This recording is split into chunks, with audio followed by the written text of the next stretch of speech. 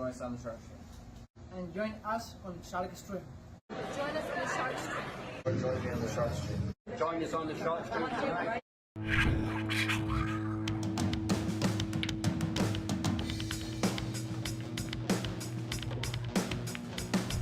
Joey hit the lights, Bobby grabbed the mic, chicken calling at you from the other side. Shark 3, going live. We're about to enter water, only sharks survive. In 3, 2, 1.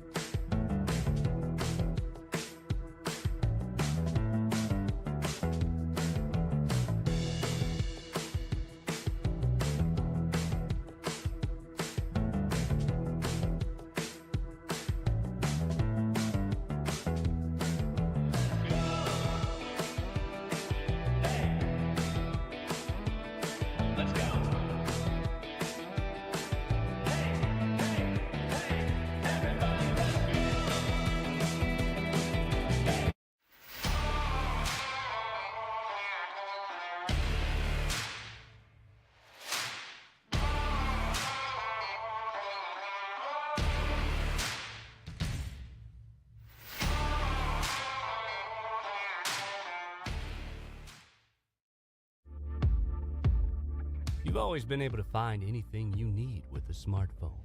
Now you can use it to find a game of pool with the Solado app. Anywhere, anytime. You can even host a game, tournament, or lesson, and make money. See where you stack up against all the other players worldwide in the Solado ranking system.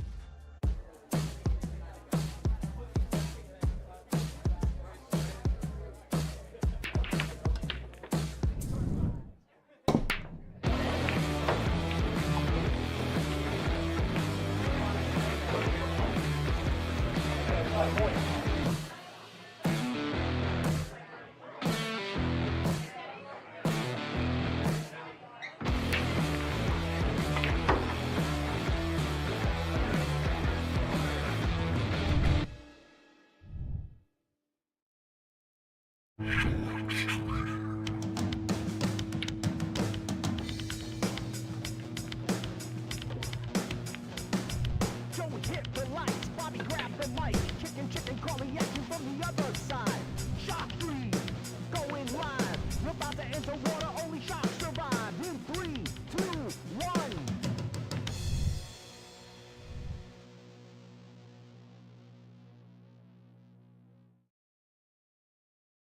All right, everybody, this is Brian Brennan coming at you live from Yale Billiards in Wallingford, Connecticut. I have a little bit of an interesting event here for you tonight. As I sort of teased on Wednesday, we have 9 visiting ladies from Strokers in New Hampshire playing against 11 Yale Billiards ladies, straight up, no handicap. It's a chip tournament. For those of you who are not familiar with the chip tournament format, on tables 7 and 8, we're playing 9-ball tonight, and on tables 3 and 4, we're playing 8-ball. Let's take another look over there. You can see there's a ton of people here tonight. Our tournament directors and some of the other stuff going on. Looks like Becca's already playing on table 4. I also have, like I said, table 3 is going. So basically, they just have their draws out. Each player is given at least 2 chips, but because there's 11 players from Yale and 9 players from Strokers, we can do the math. There are each of the Yale Billiards ladies has 2 chips, totaling 22 chips, and each of the Strokers ladies has at least 2 chips. But since there's 4 extra, the 4 of their players will have 3 chips. I am not even going to try and keep track of who's who because I only know a chunk of the Yale ladies, I guess, not all of them. So what I'll do my best to try and keep everybody in the game. As the chips counts go down, we'll be able to. You can see there on the scoreboard, it's 22-22 still. So as you lose a game, you're going to be basically putting a chip in the bucket. And as soon as one, either the home Yale or the guest Strokers is down to 0, then that house wins. They have some sort of trophies and things over here, I think, that they've put together for the tournament. Yep.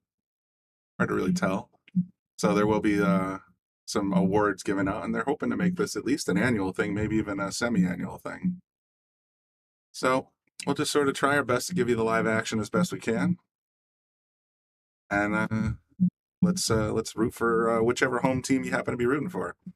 Playing with us from Yale Billiards, we have Becca, Nicole, Paulette, Lisa, Jackie, Crystal, Jamie, Wendy, Patty, Allison, and Gina.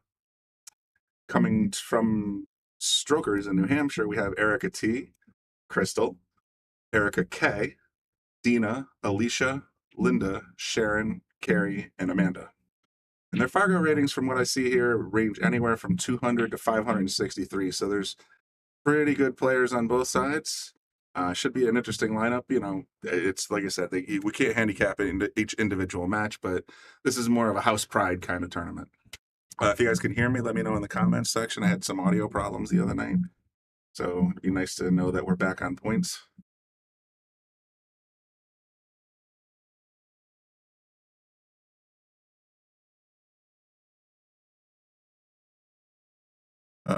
Yeah, I can see the crisp bars moving, so I'm going to say with some authority that it is working. Again, this is on table 8. They're playing 9-ball. I think I'll focus mostly on table 8 tonight, but I will try to cut back and forth to table 8 or table 4 as time permits.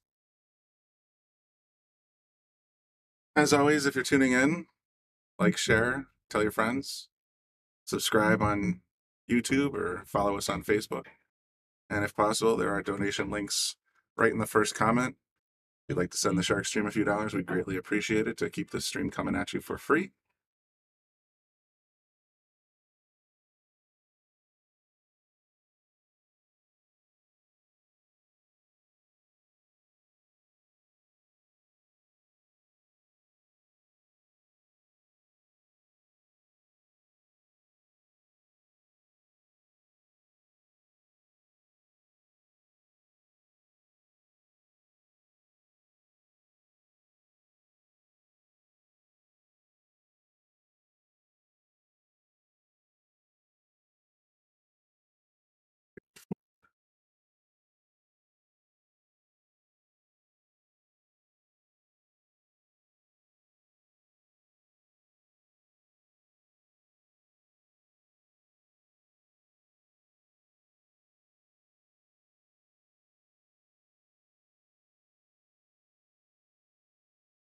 I wonder if our multi-cameras work.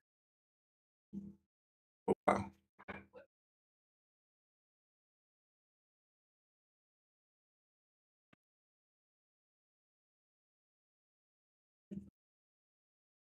All right, well, we're already up to 30 people. Let people know. Again, I'd appreciate it if someone could sort of tell me. I guess I could check on my phone. Yes, there's my YouTube notification. And my Facebook notification. So at least I know this. We're already up to 30 people. Yep, I can hear myself. Yeah. Sounds like we're good. All right. Well, like I said, thanks for tuning in. And we'll do our best to cover what is going to be kind of crazy because, again, each match is only a single game. You lose the game, your team puts in you put in your chip. You run out of chips, you are out of the tournament. And then last woman standing, because these are all ladies tonight. I think there's some side bets, not necessarily involving cash. I heard of clothes being exchanged. I've heard of wearing wigs. There's some other things going on out there. I know there's something going on between Bobby and the other fella. I think his name's Jody. So we'll keep you up to date, especially as we get a little further into the tournament. Table 8 right there on the top of your screen, that is a 9-ball match. Table 4 is a 8-ball match. And like I said, I'll try to do my best to get visuals of who's playing. You can recognize your favorites from both houses.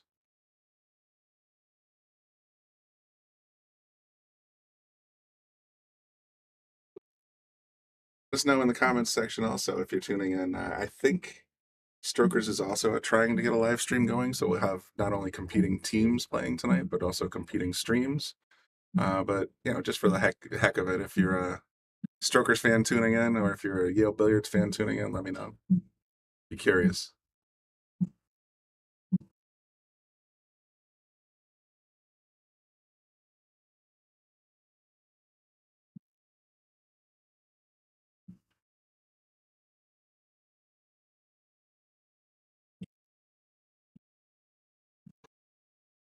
As of right now, I'm pretty sure we're still at 22-22. But the games are going to go fast and furious because we are going to be using, again, tables 7 and 8 are going to be 9-ball, and tables 3 and 4 are going to be 8-ball until we reduce the field a little bit.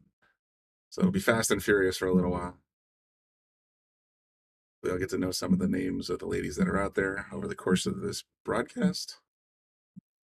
Nice little lock up there. See, yeah, these ladies are no joke, man. This is house pride that we're talking about here.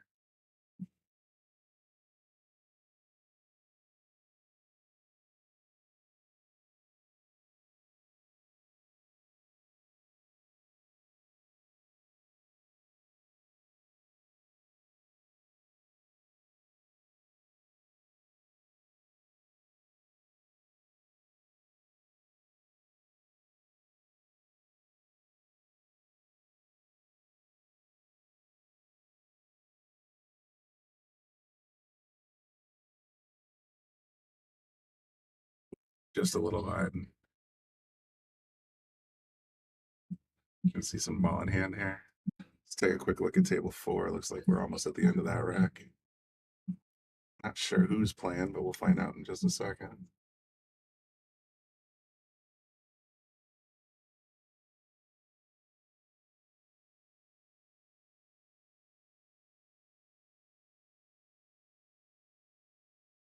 Do I have the names backwards? Son of a gun. Just check something real quick. As I believe Yale is in red. Snookers is in blue on the scoreboard. Yeah. Oh, wow. I'm already way behind here. So Yale is home in red. Let me fix this display real quick.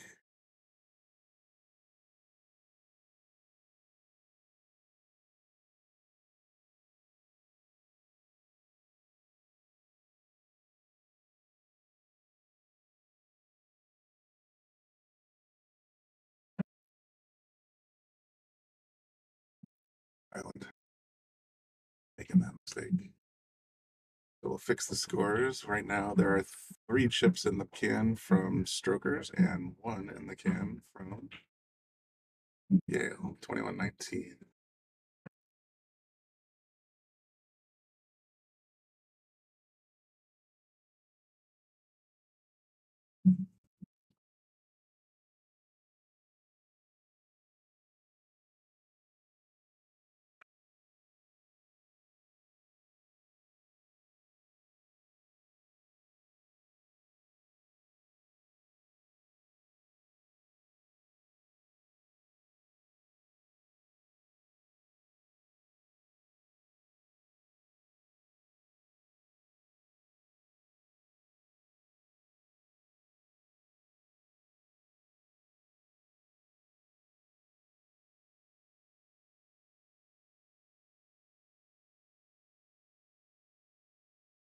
All right, it looks like another chip's going on the bucket. See what happens. Yeah, there she goes, right in the bucket. Right, that'll bring a score update. Ooh, 21-17.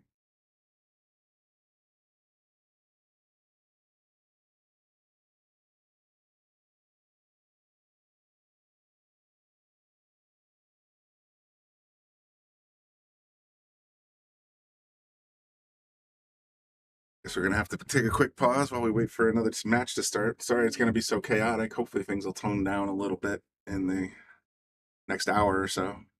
You can see it's just tough to coordinate. They got 4 tables going at the same time.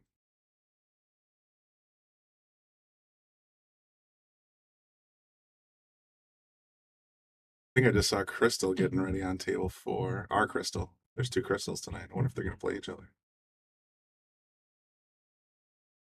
Ooh. Looks like its score updated to 20. Remember, both teams started with 22 chips across their players, so there are a number of players with 2 chips in their pocket, some with 3, and it's basically what you got left at the end. At the end of the night, we'll try to get you updates on which players are still in the games. As of right now, though, we have quick pause on 4 and 8. Let's see if there's something going on over here. This is an 8-ball match. Oh, there's our Crystal, and she is playing the Stroker's Crystal. So we'll take a peek at this one for a little while. Looks like Lisa's getting ready to start on one of the tables, maybe table 3. Nope, looks like she's getting ready to start on table 7. This is our Crystal versus Stroker's Crystal. My money's on Crystal.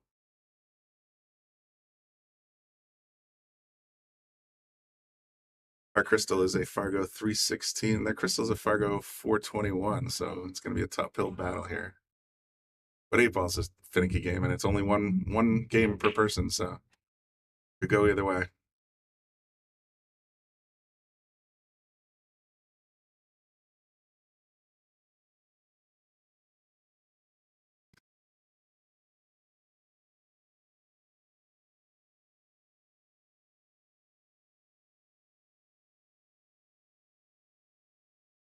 On table 3 right now, we're watching Crystal versus Crystal. They're playing APA rules 8-ball.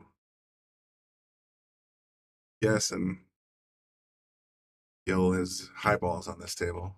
Oh, we just had a lag on table 4, so that should be getting started soon.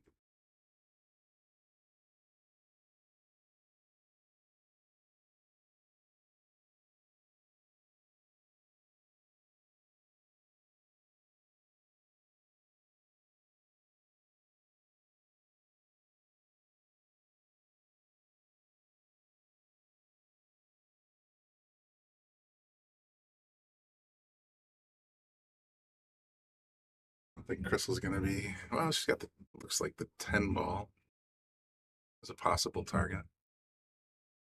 I wish I had a separate camera just on the scoreboard so I could keep the numbers on the screen up to date for you. So Strokers has lost 5 chips as far as I know, and Yale Billiards has lost 2 chips. Each lady will play once, so there won't be anybody with no chips in their pocket quite yet, but each lady will play once, and then they'll rotate and play each other again, or play different matches against each other, different lineups, until there is one lady standing, or at least one house with no chips.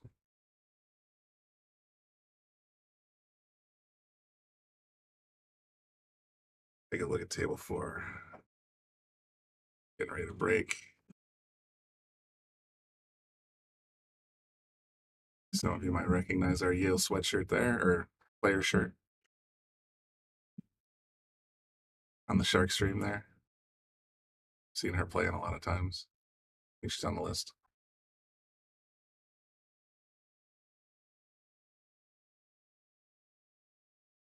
And up real quick and see if there's a score update. Nope, still 20-17.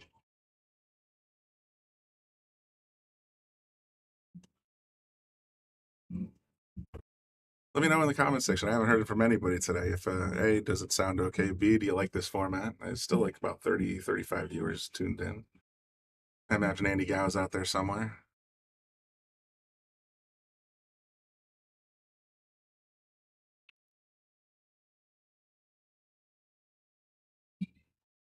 It's me.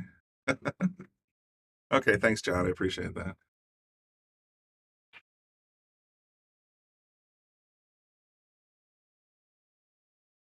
This is Brian and Brennan in the booth, not Brian the Kickin' Chicken. Unavailable tonight, I guess. Bobby Helms is I haven't heard from them in a while, so yeah, thanks. I tried to get everything straightened out before I sat down and turned the booth on tonight, so we didn't have an 8-minute gap with me talking to myself, which is kind of how it feels in most nights anyway.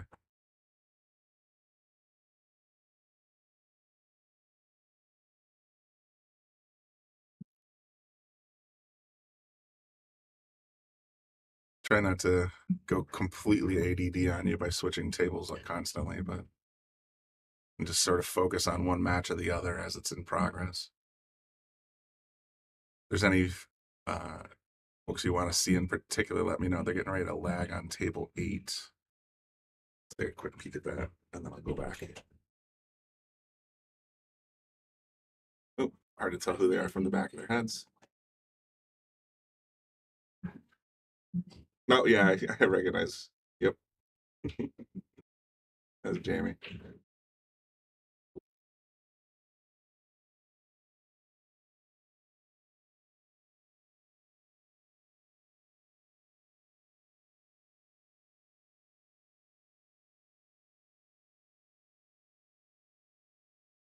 The ball rack's a little bit of a mess.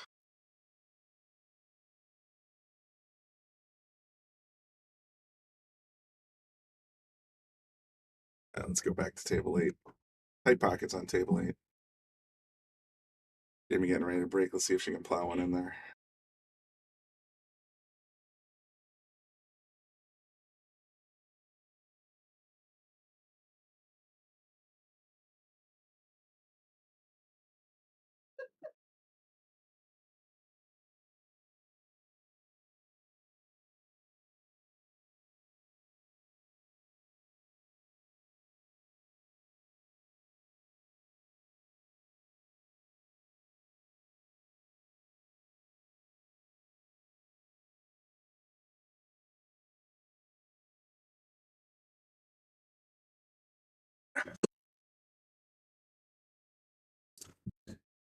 There she goes.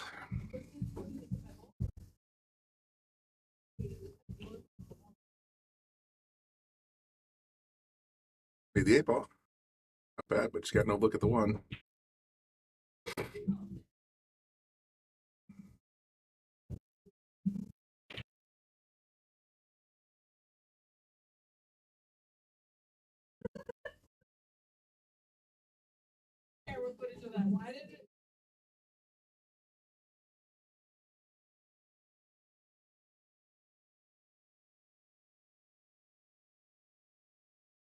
ABA, so there's no push out.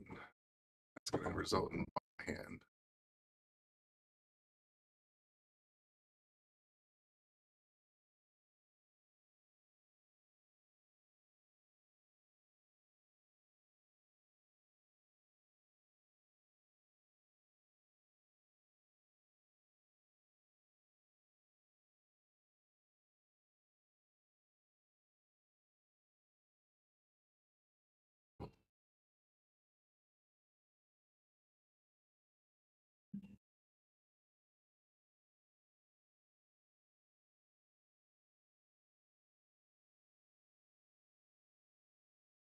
Oh, somebody tell her it's the pink ball. Oh no.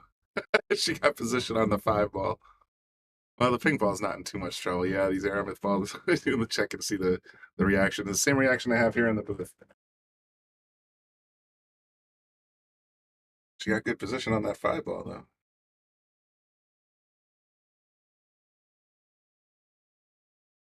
Ah, she's in great shape anyway. Nice shot.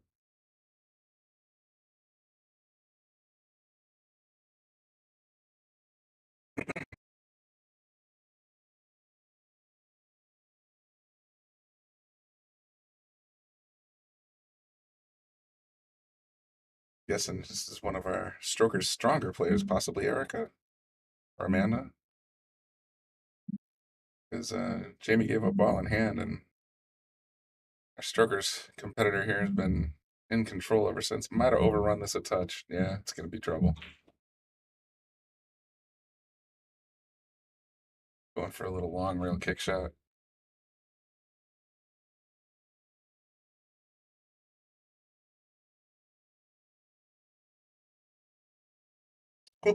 Oh, that's unfortunate.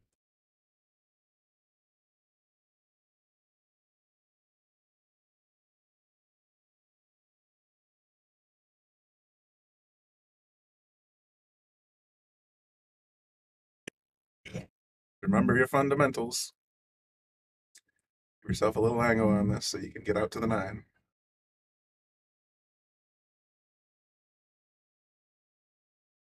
Very nice. Oh, she's got to use the bridge, though. It always introduces yet another variable.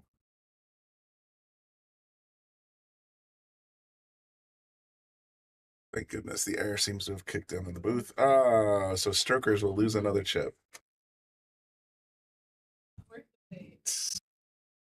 Let's see if we can get a quick score update. 2017 should now become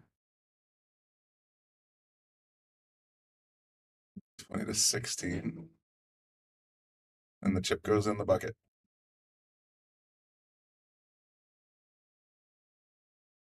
So it looks like Yale's coming out strong on our home turf.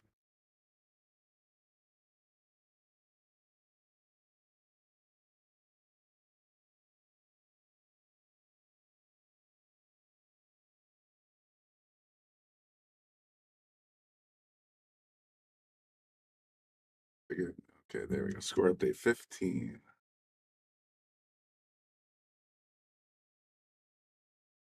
Let's take a look over on table 4. 8-ball game already in progress.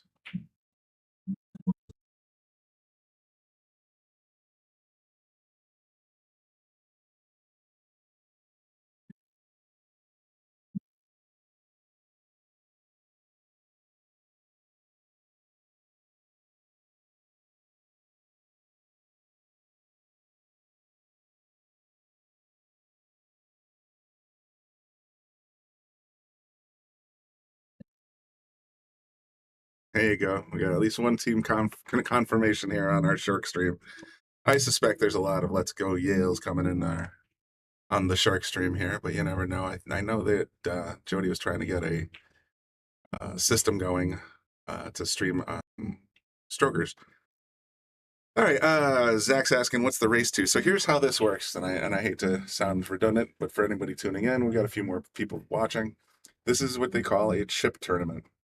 So we have 11 ladies playing representing Yale Billiards. We also have 9 ladies playing representing Snookers Billiards out of North New Hampshire.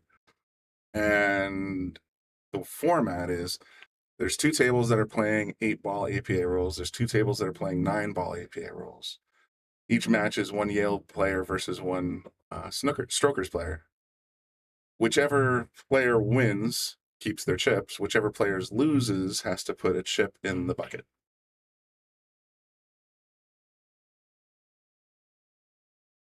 So the house with the runs out of chips first, or yeah, basically when one house runs out of chips, the other house is the winner.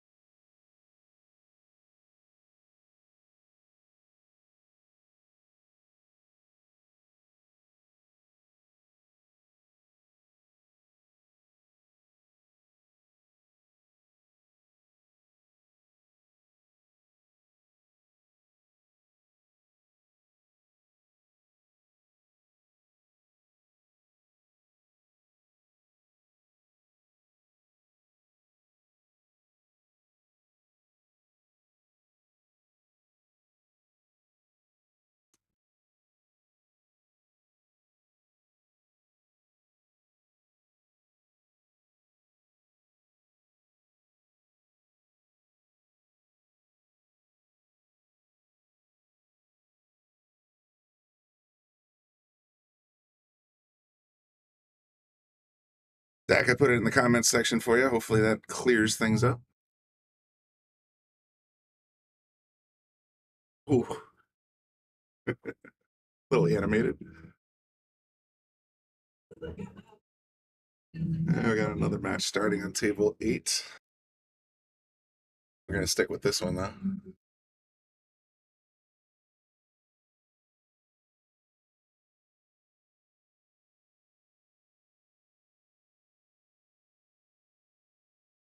So, yeah, basically we got, like I said, it's a 20-person tournament across both houses. 11 players versus 9 players. And the way we make up for that is we handed 22 chips to both houses, distributed them evenly at Yale Billiards. So each player in Yale Billiards has 2 chips in their pocket to start the tournament. And each player at Strokers has either 2 or 3 chips in their pocket. So 4 of their 9 ladies have 4 chips or 3 chips in their pocket. And the other 5 of their ladies have 2 chips in their pocket. After every match, it's basically we use the 4 tables to get matches going. After every match, one of the 2 players will throw a chip in the pocket or in the bucket, and that's basically the entire format. That's the best I can do. There's no bracket. There's no I don't know how they're doing seedings and who plays who, but no player on either house will play each other more than once, unless they get down to, like, let's say they're the last few that have chips in their hands. But for the most part, it's just a random distribution, and one of theirs plays one of ours, and chips fall where they may, as the saying goes.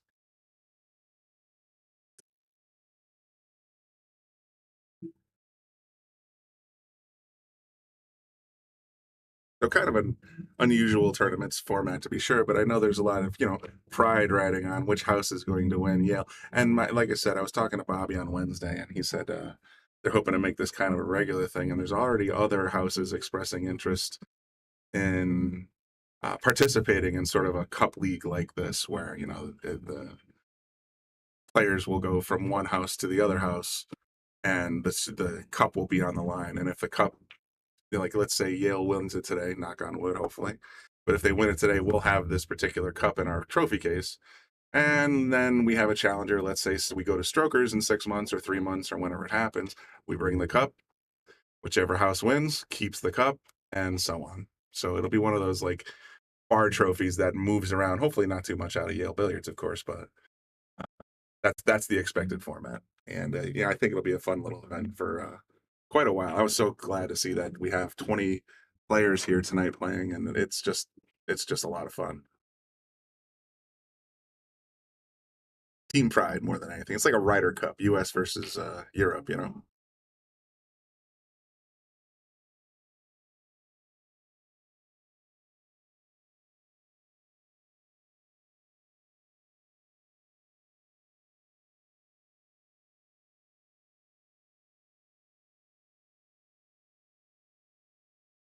If that 9 goes by, she's playing the combo.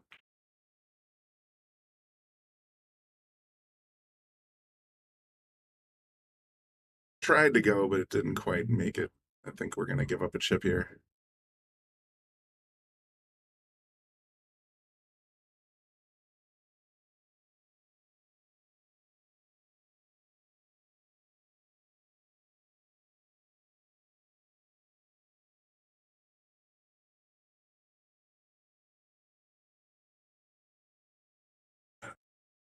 And we did.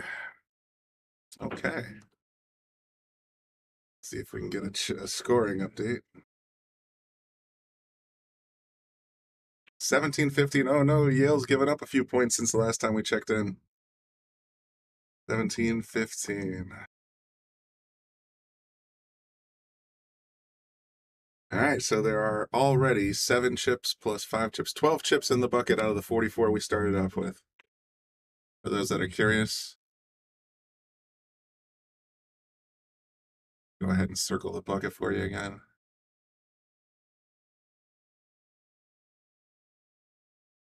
This is the chip bucket. All right, let's take a look over on table 8, where I think we have another match already going. This is a 9-ball match. I think the PTZ gets a little bit better view of all the people that are playing and moving around, so we'll just sort of stick with that for the bulk of our broadcast tonight.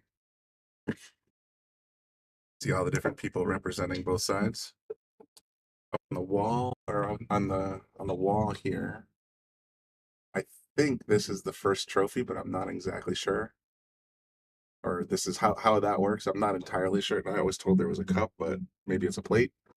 Either way, it's a moniker of whose house is best this month or this half year or whatever.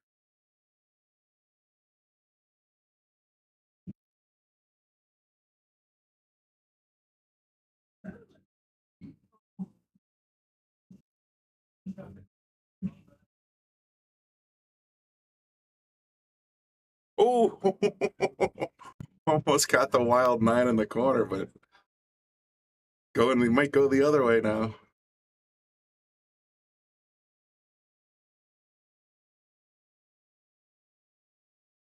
There's still 32 chips in pockets so far, so I don't think any player has been eliminated yet. I think every player has to play at least once before there's a possibility of elimination. So given that there's 20 players, we would have to get down to 20 chips.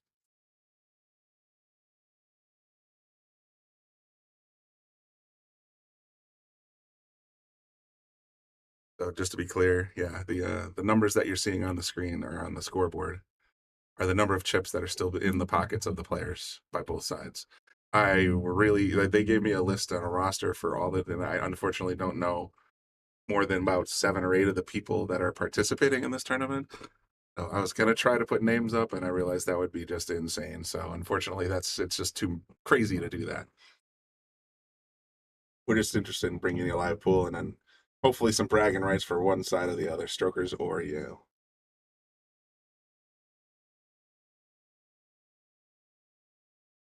Boy, that music's really popping out there. I hope it's not bleeding in. You can sort of see a pink shirt there just sort of bopping along.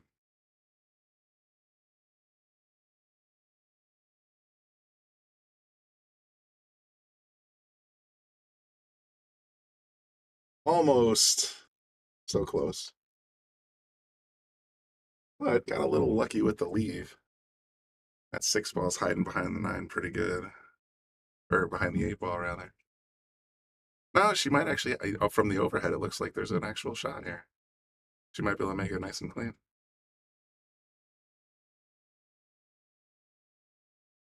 The opportunity was there, just a little outside on the aiming. And look at this roll.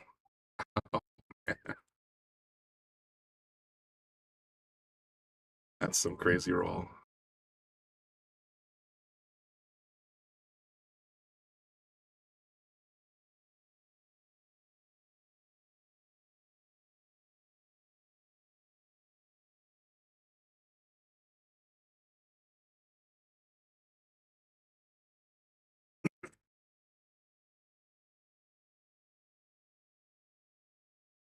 Nice clean hit. Might get the wild 8 in the corner. Nope. A little outside. Again, this is EPA rolls on both 8 ball and 9 ball. So called 8 ball shot. Everything else is wild. Of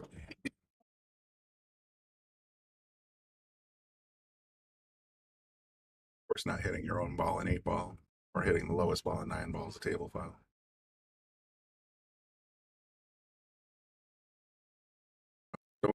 Don't set this one up too good. All right, that's probably safe.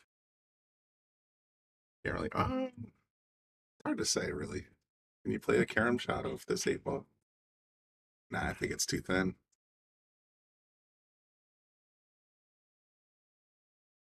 Hard to say for sure. You would need some next level masse to kick the 6 out and still force follow backwards into the 9. That's a Mizrak style trick shot, so I don't think we're going to be seeing it right now.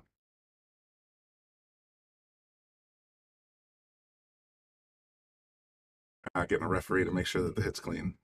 Makes sense. That would be Jeff standing on the corner of your screen, or at least someone wearing Jeff's shirt.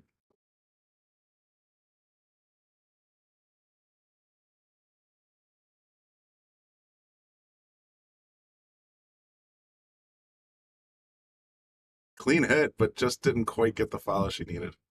Nicely done. Nice try attempt anyway.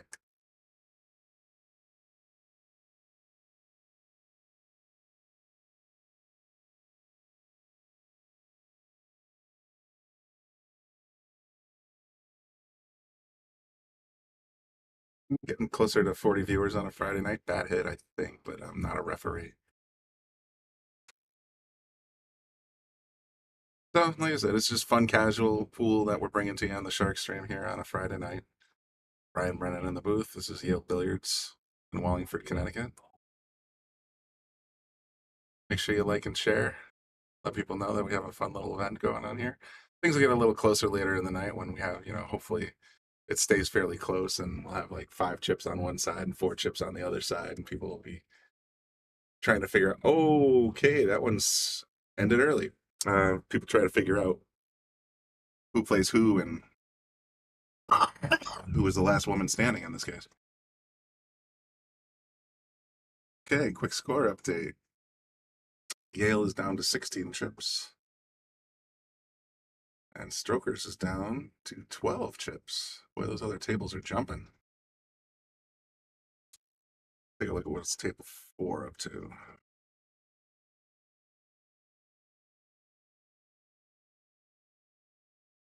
Again, we're back to 8 ball on table 4.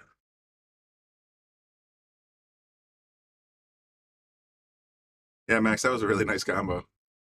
I didn't think she'd have enough pocket, but I was wrong.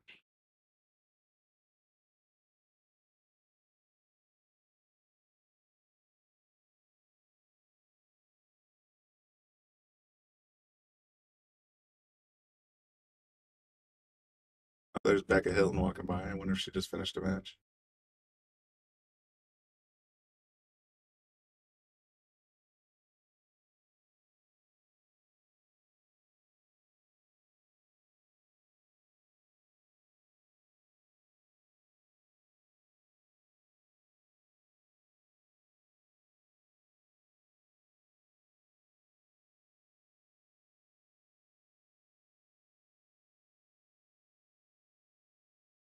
He's cutting 9 ball into the side pocket there.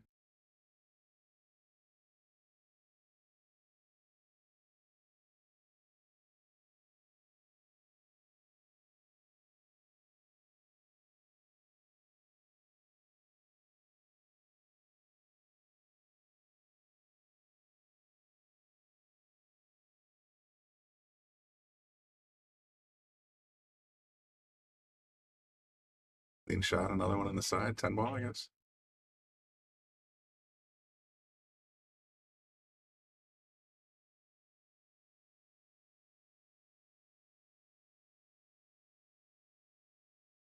Pretty surreal sitting here in the booth just watching these games go, and then you can sort of see some of the women that are in the table sort of bopping in the chair a little bit.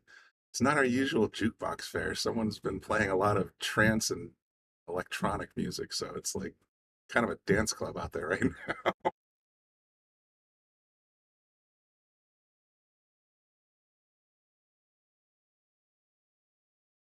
Oh, here we go. It's our Jackie at the table, I believe.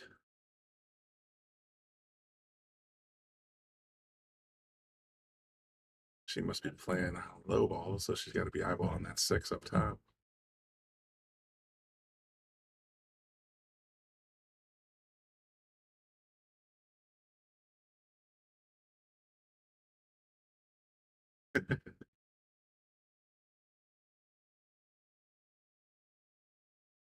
It does. Max, it sounds like a dance club out there right now tonight. I don't know if it's one of the 20 ladies that had started in this tournament, this house versus house battle, or if it's just somebody that likes house music. Normally there's a lot of country and all kinds of 80s rock and stuff, so it's a little definitely switching it up a bit.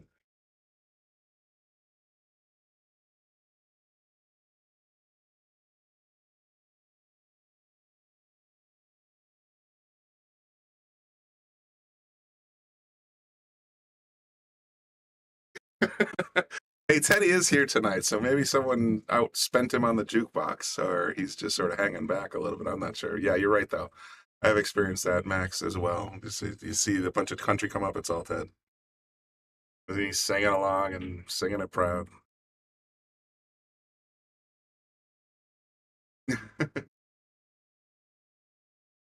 Oh, just a little thick there. Gonna bring Jackie back. Let's see if Jackie can hang on to her chip with a 6-3-8 out.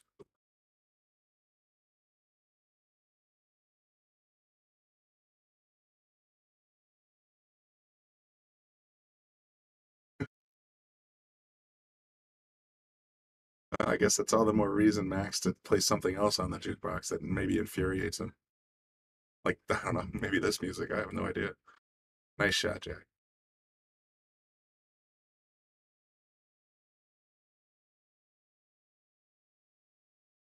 Nice and easy up the table. Oh, I think she's going to get stuck on the 11. Wanted a little bit of follow on that to get it up the table. That's going to be precarious.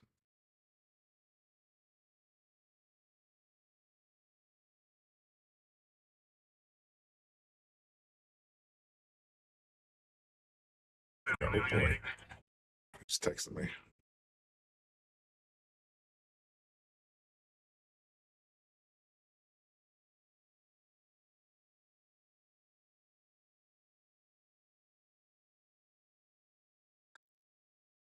Another very cryptic message from Bobby, as always. Check our YouTube feed. It says in my booth that we're streaming on YouTube and have some tuned in. And as I've pulled it up on my YouTube, we're streaming on YouTube. Yep, it seems to be working fine, Bobby.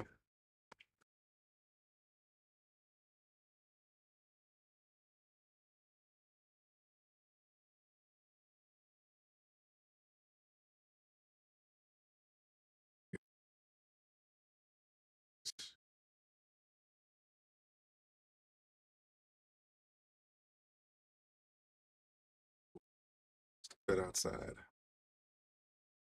Jackie's got a nice opportunity to put this one away in the side pocket, I believe. 4 is a little bit more forgiving, but still not super forgiving.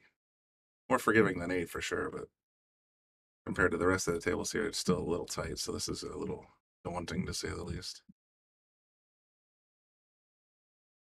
She's lining it up. Slide over and see if there's any other chips in the bucket.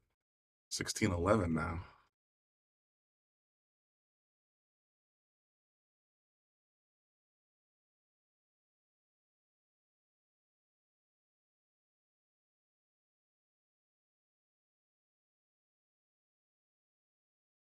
Conceivably, there's 11 chips in their pockets. That means all 9 ladies is very likely still in.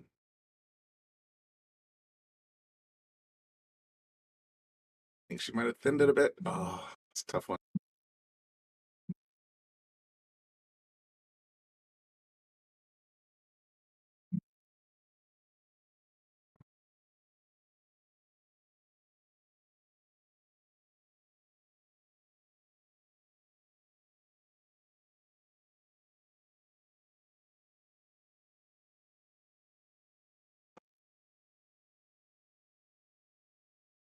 Green to get through here.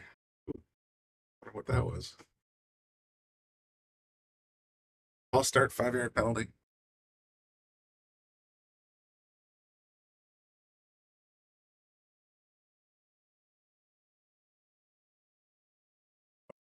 Well, you know what? If you're gonna miss, leaving the cue like that with your opponent on the 8 ball, not a bad plan. There's almost nothing you can do to pocket this 8 ball anyway. Maybe cross corner. Definitely going in the side. Definitely ain't going straight up into the corner. Tough shot.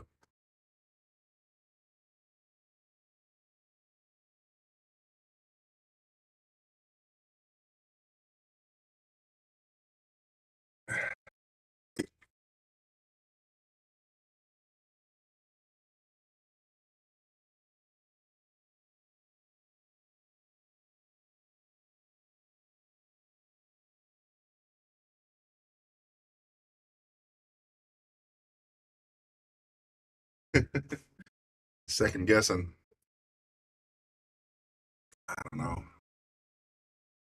I'm thinking if anything, just sort of push the 8 ball this way. Send the cue up this way if you can. Set it right up in here if you without scratching, of course. But that's a pretty hard shot no matter what. Oh, she cut it right in. My goodness. I'll give that a boom. I did not think she could cut that right in. I didn't think I could cut that in. That's for sure. Nice shot. All right, so let's get an updated chip count. There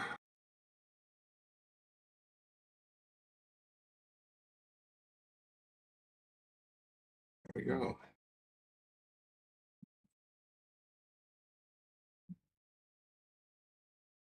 Yale Billiards still holding strong. Zip over to table 8, see what's doing on that one.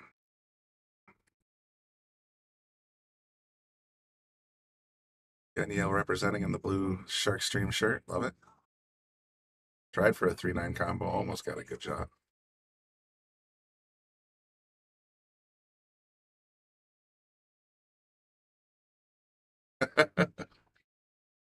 Not easy for me, Max. Not easy for me. But she made it look easy. Very nice.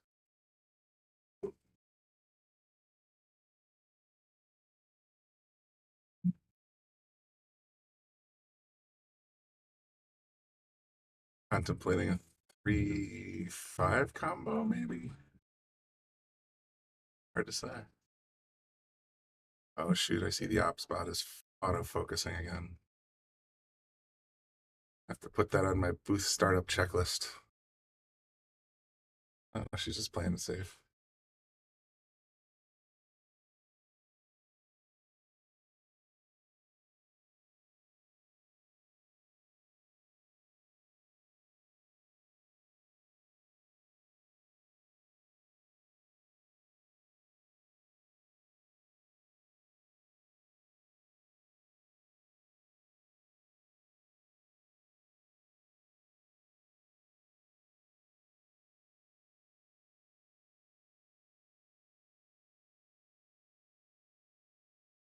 That's a predicament for Team Yale.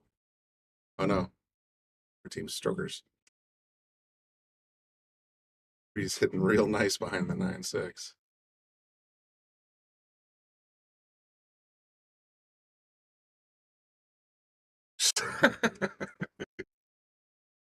I think that was a smart, just fine, it's yours, take it. Because what else you gonna do? Break it up?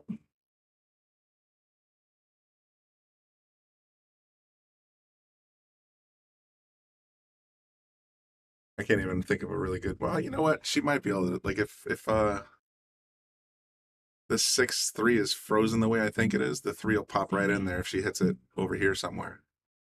And the 9 will scoot this way. Just got to make sure it's a clean hit on the 3.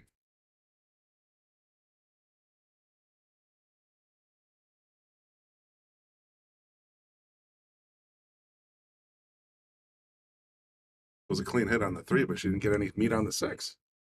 I was surprised by that. I didn't see the gap that was there.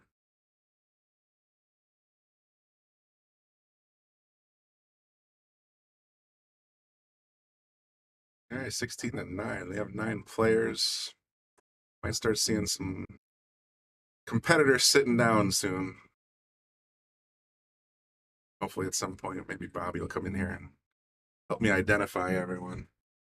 I do apologize if I don't know your name. Just, I have never been to Strokers, and even though I do recognize some of the faces from various tournaments that we've had down here, especially the JP Shower women's tournaments. Just, I'm an old man and I don't have the memory I should.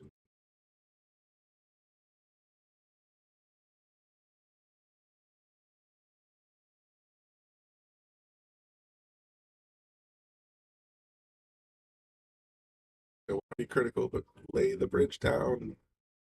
Yeah, that's why that bridge just moved on her. Just left a heck of an opportunity here for Team Yale. It's 9-ball with a 3-9 combo.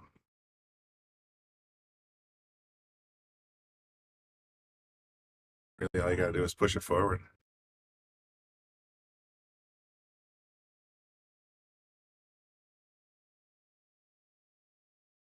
Nope. Need a little more angle than that.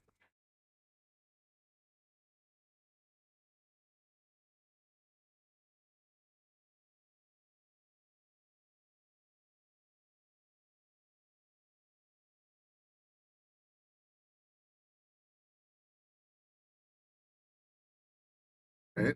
Still got a lot of, yeah, decent number of people tuned in. Again, if you are just tuning in, this is a chip tournament.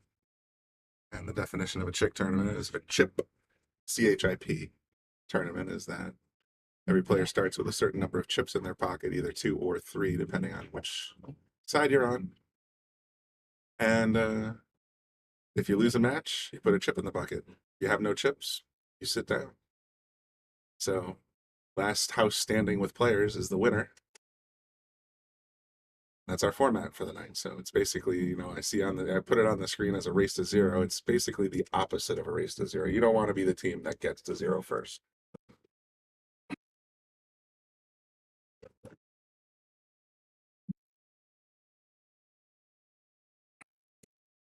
Maybe in a second we'll go take a look at the scoreboard again. I bet you there's another chip or two in the chair, or in the bucket rather.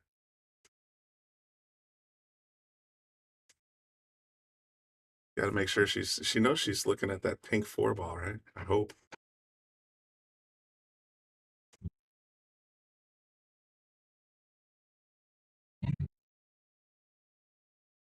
Hi, camera.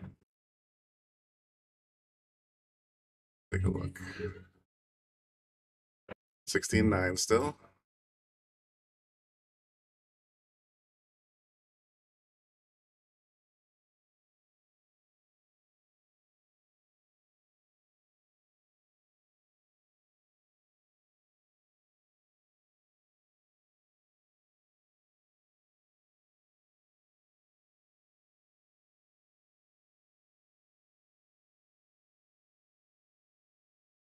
It's not time to count anyone out here because I'm looking at the scores with the Fargos that I was given before the match.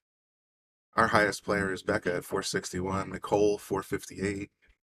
We also have Allison at 425 and Jamie or Wendy at 407. But from strokers, we got Erica T at 563, highest so far. Amanda, second highest, 497. They also have a 397 named Linda, a 421 named Crystal. So my hunch is they're going to be the ones that are going to sort of keep the chips in their pockets and represent strokers well.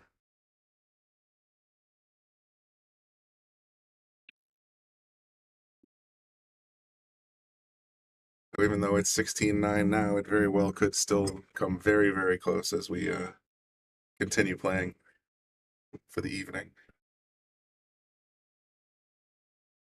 I wonder if she's thinking caroming, because if she caroms it, then the 5's going to want to pop out up the table. That's not going to make it easy for the next shot. Yeah, exactly what it did.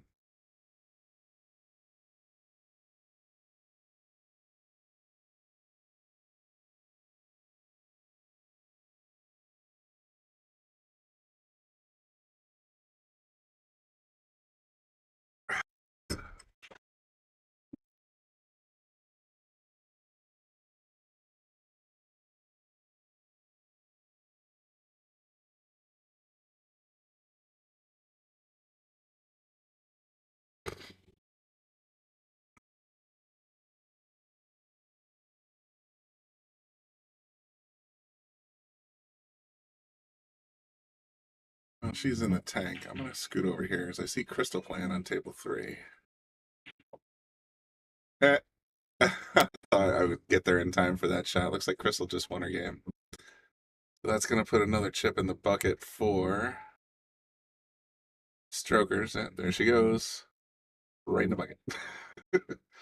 All right, so both teams have lost a point since I last checked. Current score is 15-8.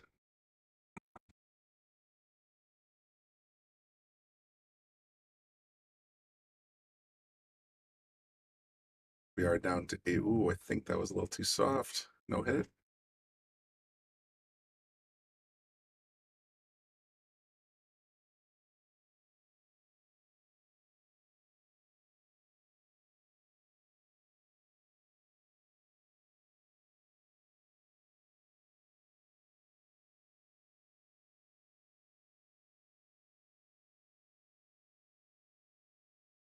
Okay, so she did accept ball in hand for that. There's no rail on that shot, so APA rules. After you make contact with the target, you must get a ball to a rail.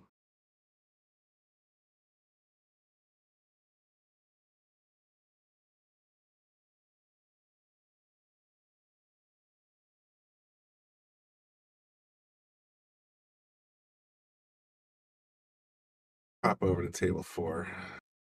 See what's going on over there.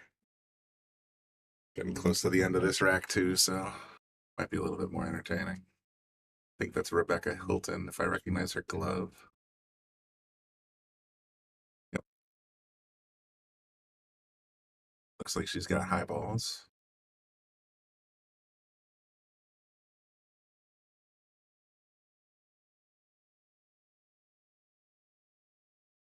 Nice little breakup. Didn't leave much.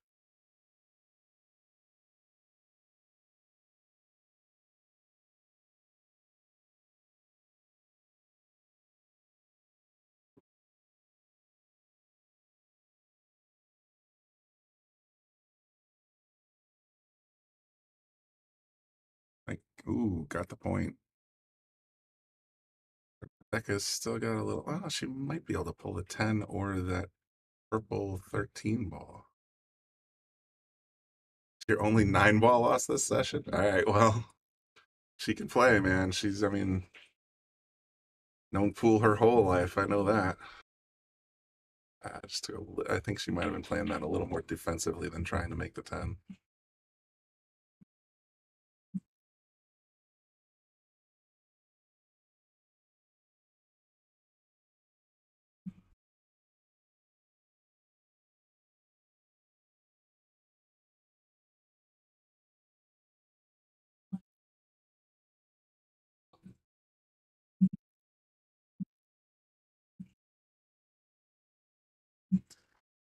Gonna play the 6 all the way up here. It's gonna be a heck of a shot if she makes it. Off the 7? Oh, almost. And locks up the 9 again. A little bit anyway.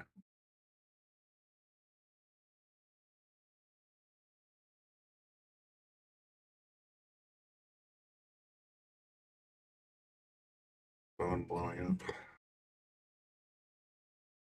Oh, for once it's not Bobby. Cool.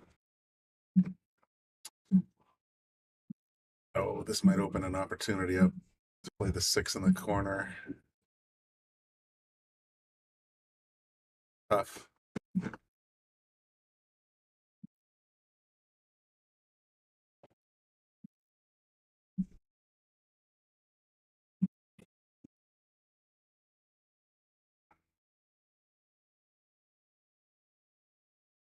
Little overcut.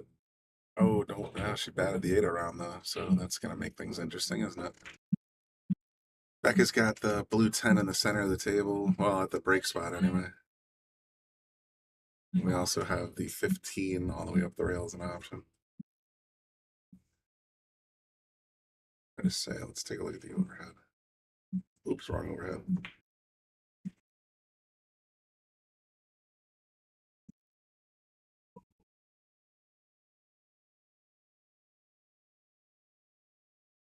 Wow. Nicely done. She can corner this 10 ball slow enough. She might get great position on this 15. Oh, I think she pinched it in a little bit. Yeah. Close.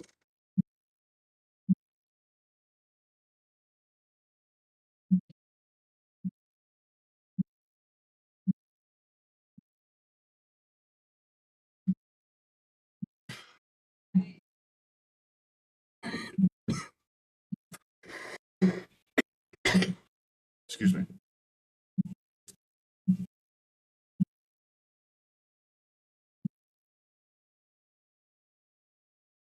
Hard to say what the thought process is here.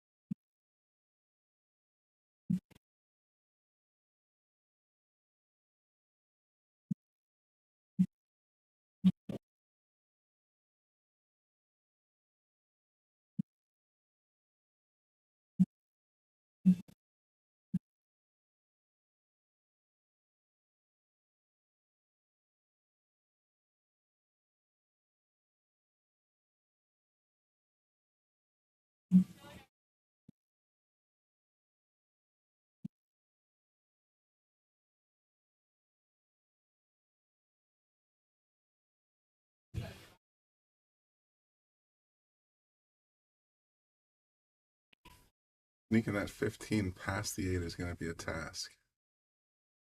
I play with it. Yeah, well, left both balls in the right spot to put some pressure on, that's for sure.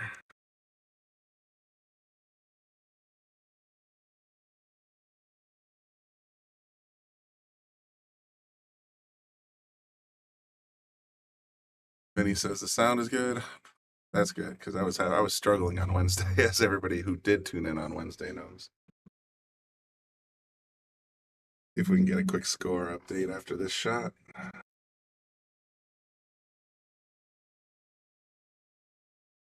got a feeling some of the matches on the other tables have been completed. Let's see, 15-7. Well, only one.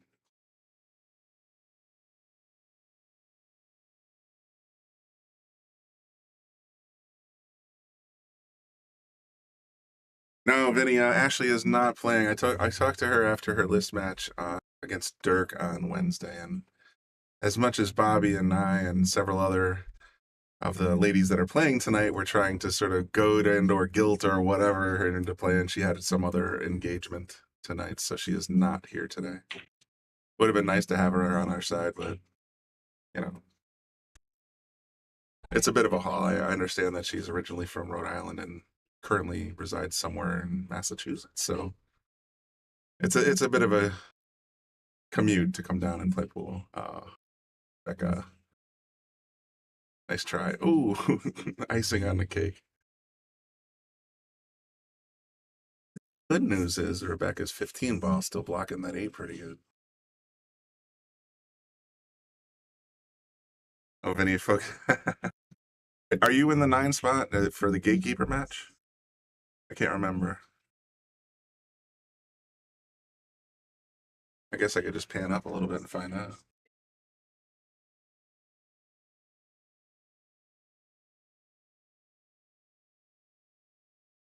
Agreed.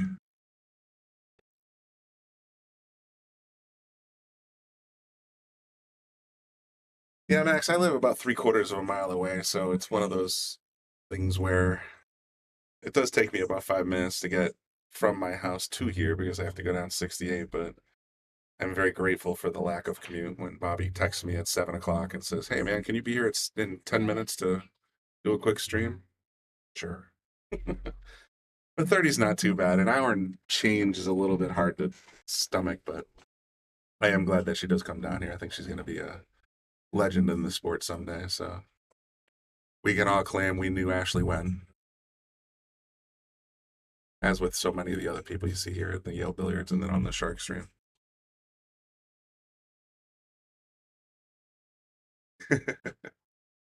Worse, Max, it's not last minute Bobby calls. It's last minute Bobby texts, and he almost always uses speech to text or has the worst typing fingers on the planet. So sometimes you just it's tricky to even translate. Just ask Lisa. She, we commiserate sometimes over what the heck was Bobby talking about in that last text. Nicely done. Gets this 6 ball. Important shot here. You can make the 7, but that 8 is tied up. I don't think it squeezes by. These are still 4 1/4 inch pockets. If it does squeeze by, that's a miracle. So she's got to figure out whether to either move the 8 somehow or pocket the 15 somehow or get short side with perfect ball speed. It, also a possibility.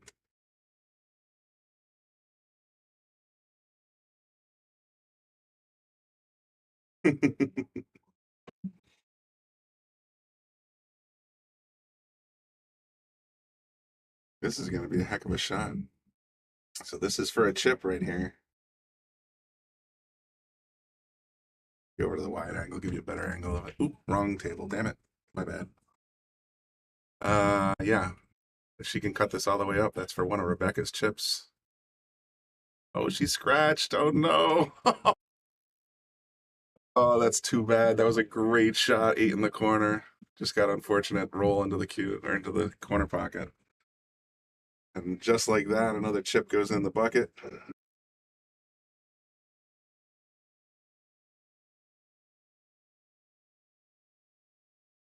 Scoring update. There it is. I think there's another chip going in the bucket. Looks like Yale's holding their own pretty well here tonight.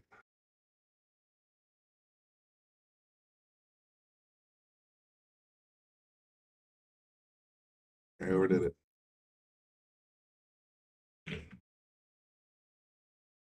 Yeah, Yale is definitely holding their own tonight, so that would mean at least 5 women have been eliminated on the stroker side.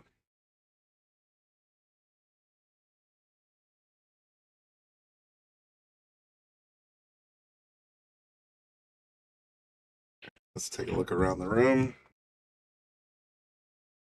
See if we can find you something interesting to look at. All right, looks like, nope, that is an 8-ball game that is not in the tournament. I don't think, unless they decided to play 8-ball on the table. Oops. Moving around. See what's doing on table 3. Because right now, Strokers only has 4 more players. At least, yeah, nothing going on here. Maybe a lag pending. There's Jamie.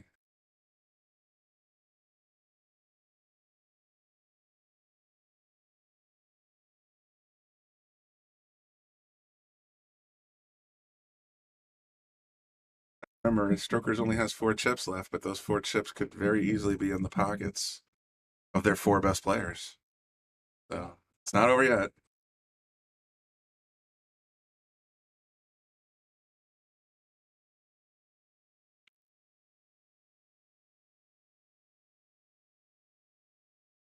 Looks like that's Crystal from Strokers, if I'm not mistaken. Crystal's a 421. Doesn't look like anything else is going on table 8 or 4, so let's just stick around on table 3 for now. Bring you one of our favorite Yale staffers here.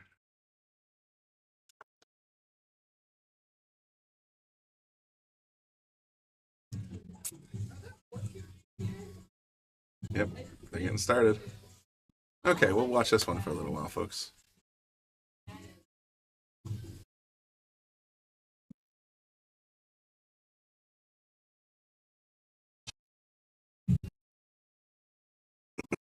I believe if they're playing on this table, they should be playing 8-ball.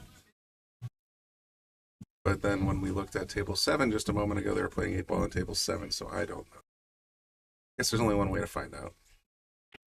I see a 10-ball on the table right now, so it's very likely they're playing 8-ball. Sure looks that way. Okay.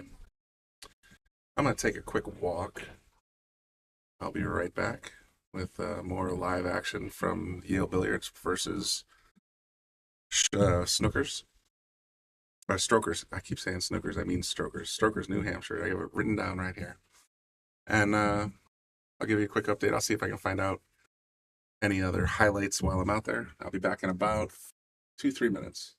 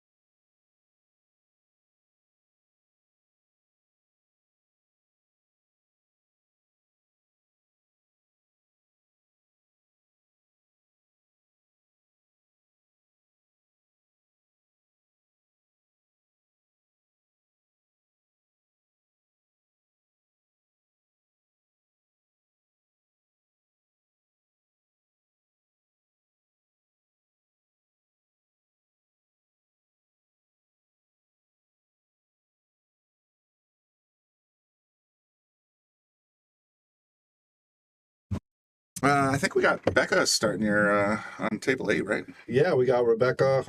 And again, I'm terrible. We don't have all the names. There's just so many girls. And yeah, we got them here. We don't know. I need mug shots next to each one. I got a Actually, few. no, I know who this is. This is actually Corey.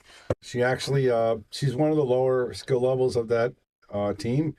But I mean, she almost beat Wendy in this table last time. So. Yep. And there's a really good match going on between Paulette. If you want to go to table 4, actually. Table 4? Yeah, it's a 8-ball match. It's Paulette. Might be run not 100%. I think it's Linda. She's a 397, and this should be a good one.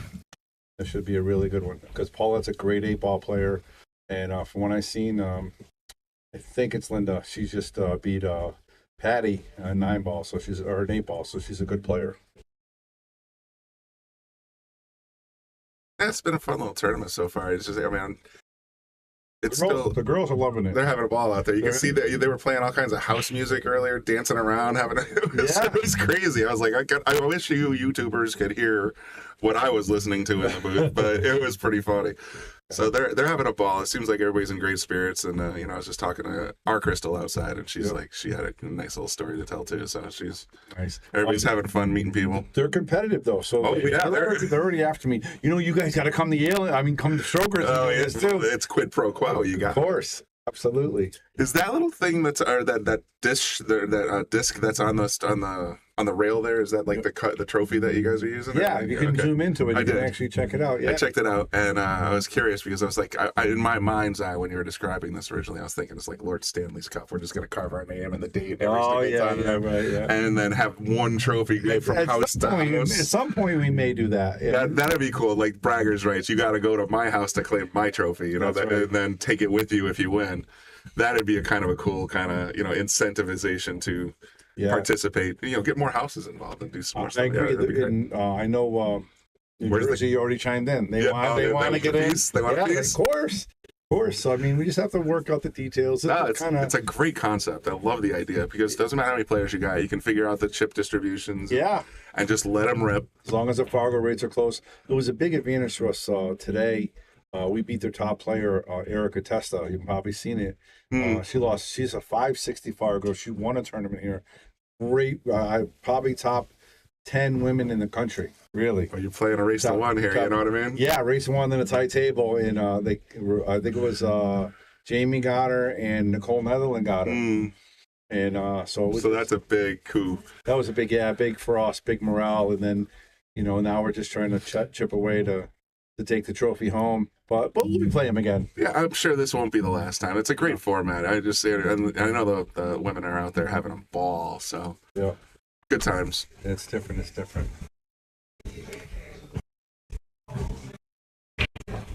Tens and fives.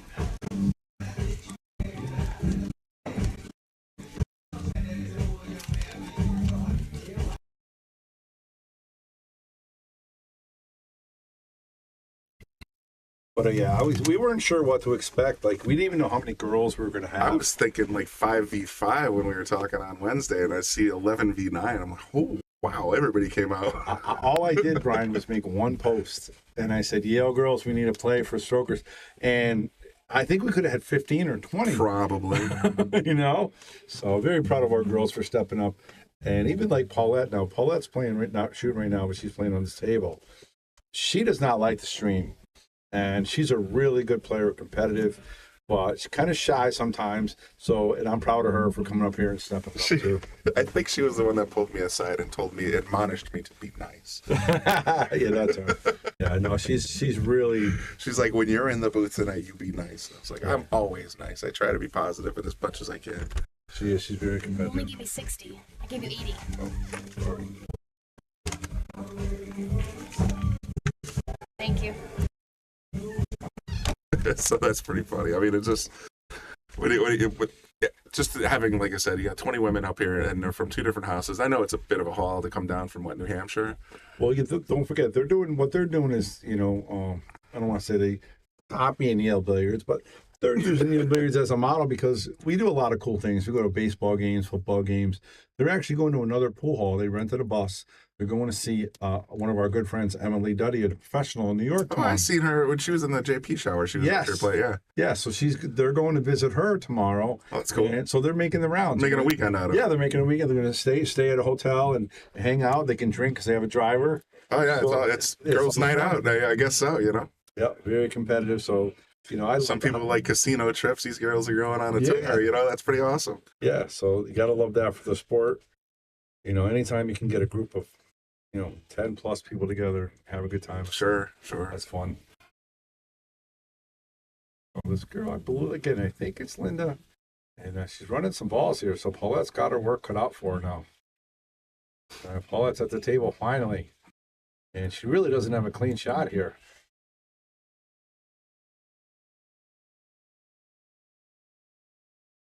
Yeah, you want to go to 4 long? Yeah, that's my fault. Really doesn't have a good shot here, Brian. Might have to play a safety. She could play the 1, but if she misses the 1, it's full-blooded sellout. And again, she's a really good player. I expect her to play smart unless she has a chance to run the rack. Just like I called it. Yep. Great player. If you don't have an out, make sure your opponent doesn't either. There you go. And got to give her a lot of credit. That was a fantastic Very fight. patient shot. Very nice. Yeah, let's go to the overhead. You can actually see what we see. Are you on the 8 overhead? That's the wrong one. You want me to switch to the... There you go. There you go. Oh, she's going to have a tough shot here. And again, and you guys out there, please share the stream. This is something totally different. This is something completely different. And it's been, took me a little while to get into a groove and not go completely ADD and try to watch 4 tables at the same time. But yeah. At the same time, with the format, you just sort of zip over to that scoreboard. That was a decent idea. So we know that how many chips are in how many women's pockets. Nice hit. And just sort of give you an overall progress, because if I had to try and sort this out, it's impossible. it would have been a hot mess. It's impossible. I'm okay. I'm not that good. So it's fun just to watch. You tune into this one and it's like, let's see what else is going on. And bounce around. Absolutely. And you can see you can go and look at the chip count, see how they're doing. Again, very proud of the Yale Billiards girls. They're really, really represented. Crystal has 2 chips. Nicole has 2 chips. Rebecca has 2 chips left. Beck still got 2. So that's fantastic. Wow. But the bleeding, they had a real. So just to give you guys an idea, they had Erica Tessa, who's a 563. They have Crystal's a 421. They have Dina, who's a 359. Linda's a 397. Amanda's a 497. They had a lot of good players. They have some amazing players down here. Yeah. But that's the trick with this chip tournament. Race to 1. Oh, she came a little hard along there, I think. Oh, she's okay. Good So shot. it's, you could sit there and, opponent could get a gold 9 on you, and it has nothing to do with your abilities. Yeah, that's right. It's just, that's the way it happens. Yeah, You lose a chip. One rack is, You lose a chip. Actually, Paulette, she only has 1 chip left because she broke and the girl made the 9 ball. Just whacked it in. Just whacked it right in. Whacked it right in. So she was. That's pretty awesome. So she played safe. She did go a little long there, so she does have a shot here on this. I think not. Can she make that, Brian? Which one are we looking at? This 12 ball or 10 ball, whatever ball this is. the 10 ball behind the one? Yeah, there. Oh, I don't know. Because Paula has 8 balls left. And she could make it, but she missed. See, now Paula is in control of this rack. Because that 10's hidden. Yeah, if you guys are watching the game out there, and you got your opponent's ball over here, all you have to do is not leave the cue ball in this area of the table. And you can win this rack very easily. Just take your time. Yeah. And she's got to be careful here. She doesn't want to be in that. She's going to draw it. Oh, wow. She almost went to the triangle. Shot, It's really dangerous. Yeah, again, I'll give it one more time. She needs to avoid this triangle right here. Doesn't want to be right here. Anywhere else, she can miss. She can play Miss safe. all day. Yeah, miss all day. It's always going to auto-safe at that point. She really doesn't want to shoot the 5, but she can. I like leaving the 5 there for protection. Oh, I leave the 5 there till the end of the ball. Yeah, it's an easy make. She should play the 4 right now. Or the 2's fine too, but I like the 4. Okay. And it's okay, but again, close to that triangle. I need my defensive advantages. Max Ball. Come on, man. Now we're here to learn. And where do you think you got those safeties? From Oscar and watching the shark stream? Beck just missed a tough one on the 7 ball. Yeah, so she's going to have to kick this ball. So Paulette did a great job by not leaving her shot, and the 8 ball stuff as well. So if she gets ball in the end here, she might want to make the 7 and maybe play safe on the 3, or maybe make the 7 and play position for the 3. See what happens here. What I gotta do, kick it in. The ball in hand. Oh. But she locked that 2 up just as nice. Again, if I'd rather be shooting low ball right now. I would too. Because now you have control. You And might again, even pluck the 3 out of there somewhere into the 7 if Yeah. possible. that's right. Free that damage up and then worry about the 2 and the 5 4 later. Yeah, you can leave her, anywhere over here. She can have no shot, or even over here.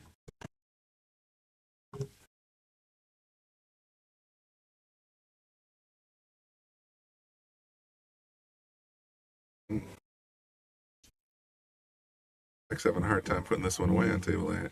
Yeah. And again, Paulette's got to be careful here. She doesn't want to open up that 10 ball and not have a shot on the 3. Yeah, it's a good time to pick that 6 out. Need a little bit of draw. Get back to, well, I don't even know how you get position on this 3-7. It's a little straight. Yeah, she's going to have to follow this and Play the 4. or stun it and play the 4. But and you kind of want to leave the 4 to the break up the 2. See, I mean, she can easily make this 4 and then safety behind the 3 ball, hit that 7 ball.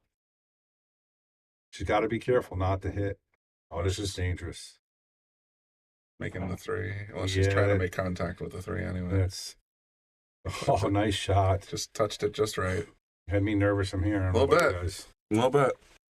All right, guys, we got the numbers rolling a little bit. Again, continue to share. You guys are watching the chip tournament here, the female chip tournament, Strokers Billiards versus Yale Billiards in Wallingford, Connecticut. And we got 20-something females here battling it out. 20 women.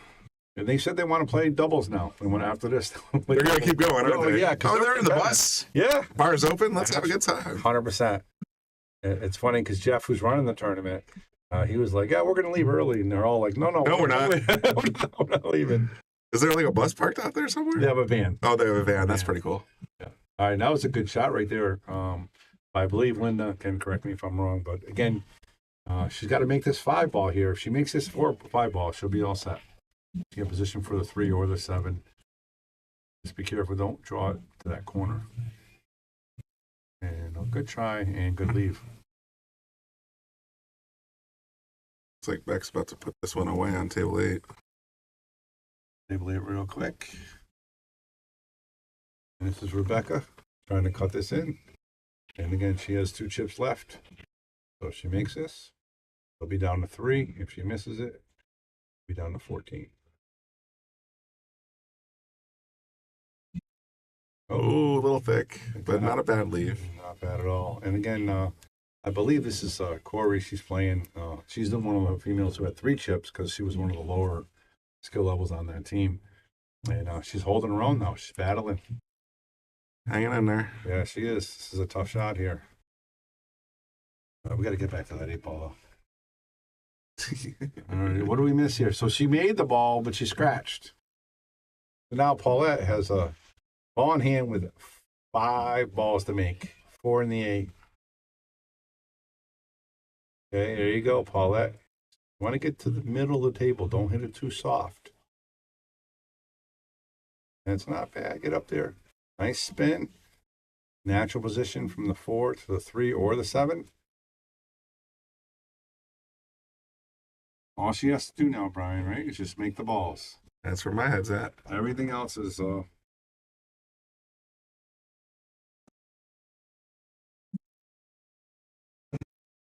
she could play safe, just roll this down, but I think she should go for the shot. There it is. Nice pocket. Yeah. Little tricky here. Dealer's choice, really. I mean, she's got it off the rail enough to put a little draw on that 7 ball and be fine. I don't know if she has enough stroke. That's the thing. Becca just won on table 8. Yeah. Becca wins on table 8. All right, she could make this. She's going to try to follow it to go forward. And be careful not to. She just needs to come past this line this way. Make the 3-ball. And she's very capable of making this as well. Get a little firm. That's good. Might cost her a chip. Yeah, it might cost her a chip there. But you never know. This is not an easy shot. None of these are layups, you know what I mean? No, definitely not. Oops. I wish I knew this system, Brian. If only. All right, guys. Thank you guys for watching and continuing the show. You listen to Bobby Hilton and Brian Brennan in the booth. And, there's a miss by Linda. I believe it's Linda.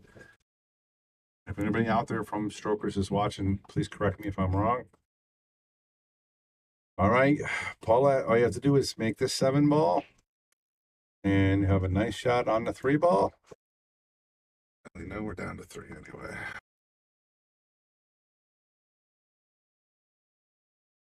Scores right after this. Mm-hmm. And it could be down one more. Look at that shot by Paulette. Nicely done. And where's the boom button? There it is. Paulette, I can't wait to tell her she got a boom. She's going to have to force this one, though, Brian. She's got to put a little juice on this. Yeah, you definitely want to put a little stink on it just because you don't want to end up. Yeah, I know. She wants to come forward and come right here. And she's looking to come over here, which she can with some low to try to come over here, but that's such a harder shot. Let's see how she decides to You play need it. some precision ball speed to pull that off. Yeah. Put that left spin on it and let it naturally roll. Try to get it to that side pocket. Oh, she hit it really easy. That worked out better for her, actually. I think actually it might have. You know, this is not a trivial bank. No, definitely not. I don't know if I'd like cutting it in. Hi, Beck.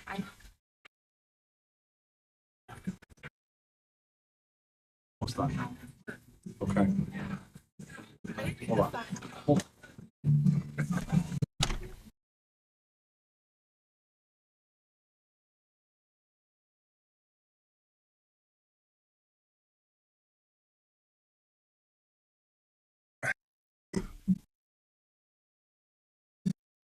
All right, well, decision time.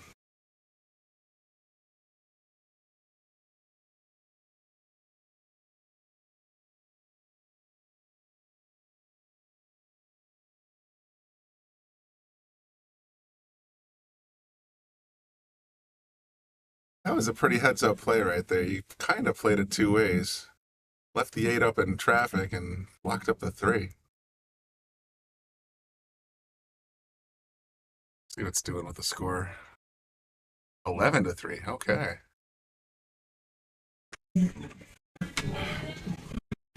All right, what a great shot right there, huh? I don't even know what to do here, Brian. I was just saying it was a heads-up play. I mean, you play it two ways. If you make the 8, great. If you leave the, but the way she left it locked up like this is, man, you're in jail.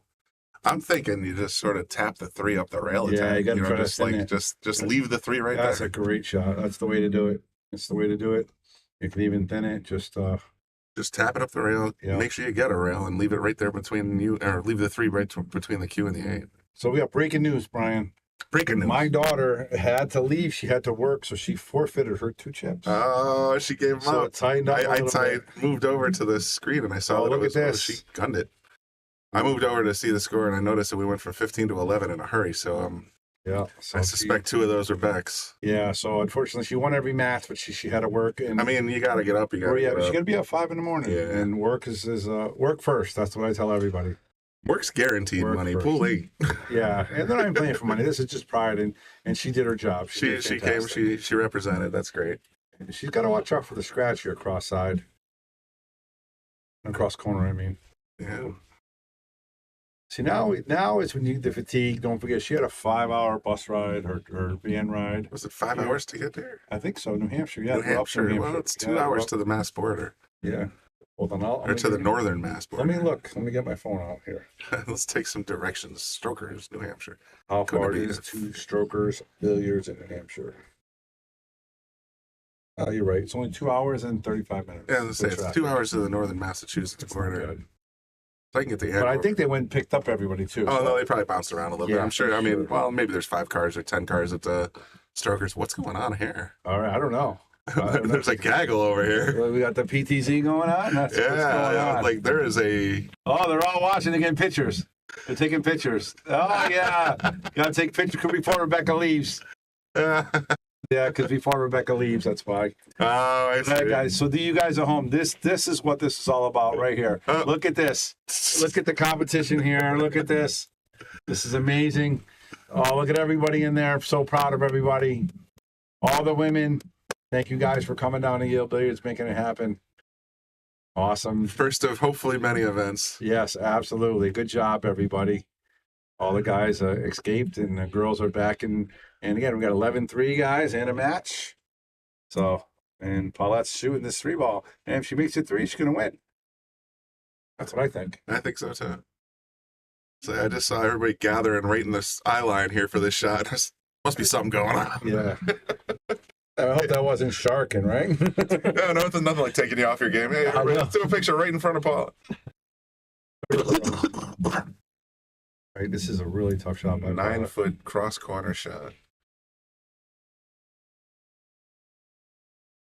Almost. But Might get I was fortunate. going to say she might get a roll here. I don't think so. Oops. Table 4. I got to learn this button here. All right. She's going to bear down on this 8-ball here. I imagine after this match, we're probably going to go down to just 4 and 8. Yeah, that's what I'm thinking. And they might do a partners match. They wanted to play with Rebecca. Well, Rebecca had to work. So You got to get some shut eye, otherwise you're going to be dragging all day tomorrow. All right, so we're going to put somebody else up right again. And let's go to 8. And then we got Nicole. Nicole, and again, I've seen these guys really struggle on this table, but it's a really tough table.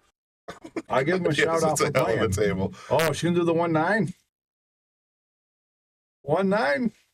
What are you looking at here? Oh, I thought she had ball in hand. I guess Maybe she not. pushed. Maybe. No, there is no push. They're playing APA. Yeah, I guess not. Just weird. Porto, you'll play Rebecca. I'll bet Rebecca. Whatever you want, Porto. You're the same speed. You got it. You got it. All right. All right, guys. Again, thank you for sharing. Let's keep it up. We're almost done here. We're down to 10. So it's 10-3. 10-3. And look at this safety by Nicole. And I'll be right back. Hey, man. I probably will. Yeah, you heard it here first, folks. Bobby will probably be right back.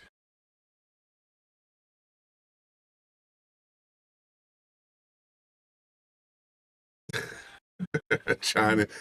Bobby just force ejected from the booth, so I will relay that sentiment. I understood exactly what you were saying. You might have to wear a dress, though, if you want to participate in this particular event. High heels. I've said too much.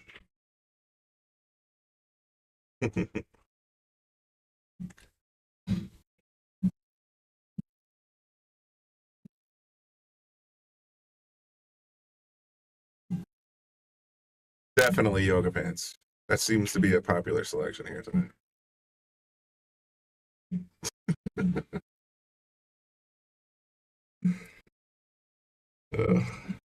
Thanks for reminding me my beverage is getting low and I need some menthol bleach. All right, good hit. Gonna be tough to play out of for sure, I think. We're on table 8 here. Oh, wow. Whew, frozen. We're definitely in jail here.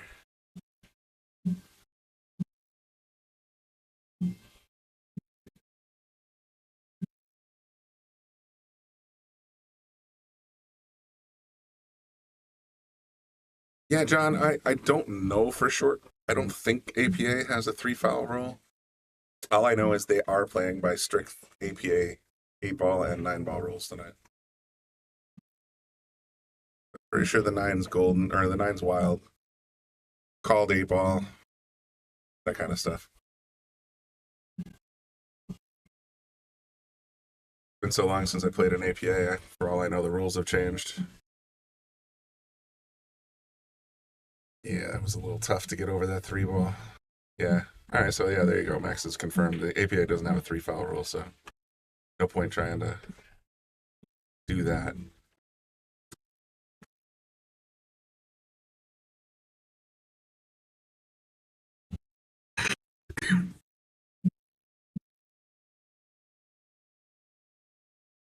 Oh, balls. Now I got Bobby's disease. I'm pressing the wrong table buttons.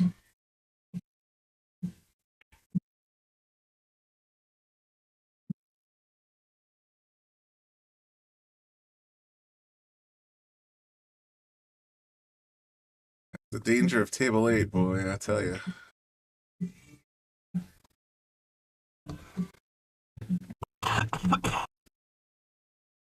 People don't. Those 4-inch pockets can definitely, you gotta play center pocket pretty much every time.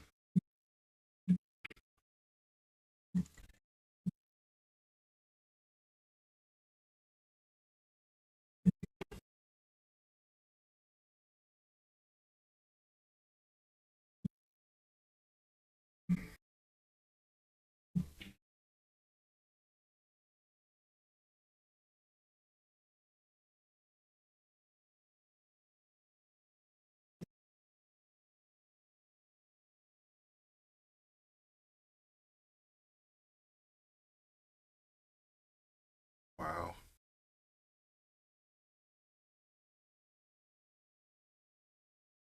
Blocked up on that one pretty good.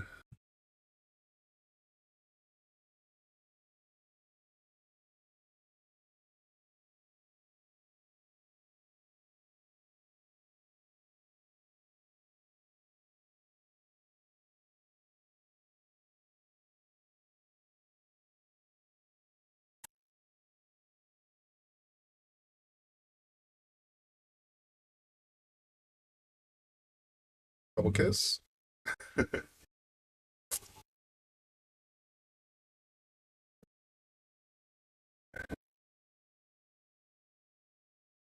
think we have a match playing in progress on table 4. So there's at least 2 chips in play now. I'm not sure if they're still playing on table 3 and 7 anymore. At the very most, Strokers has 3 players left, so very likely they're not going to be playing on the other tables.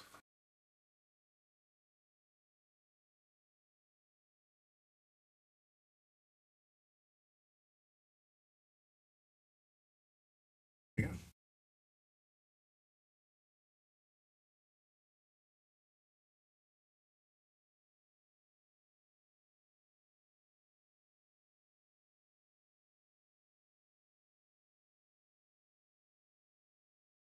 Thick. 2's going to help out here. Wow.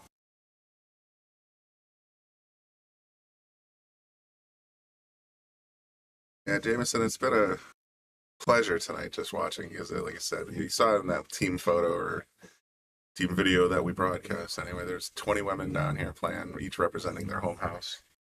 And boy, what a great camaraderie they've developed playing here tonight. So just Brian in the booth sitting here, as LJ calls me.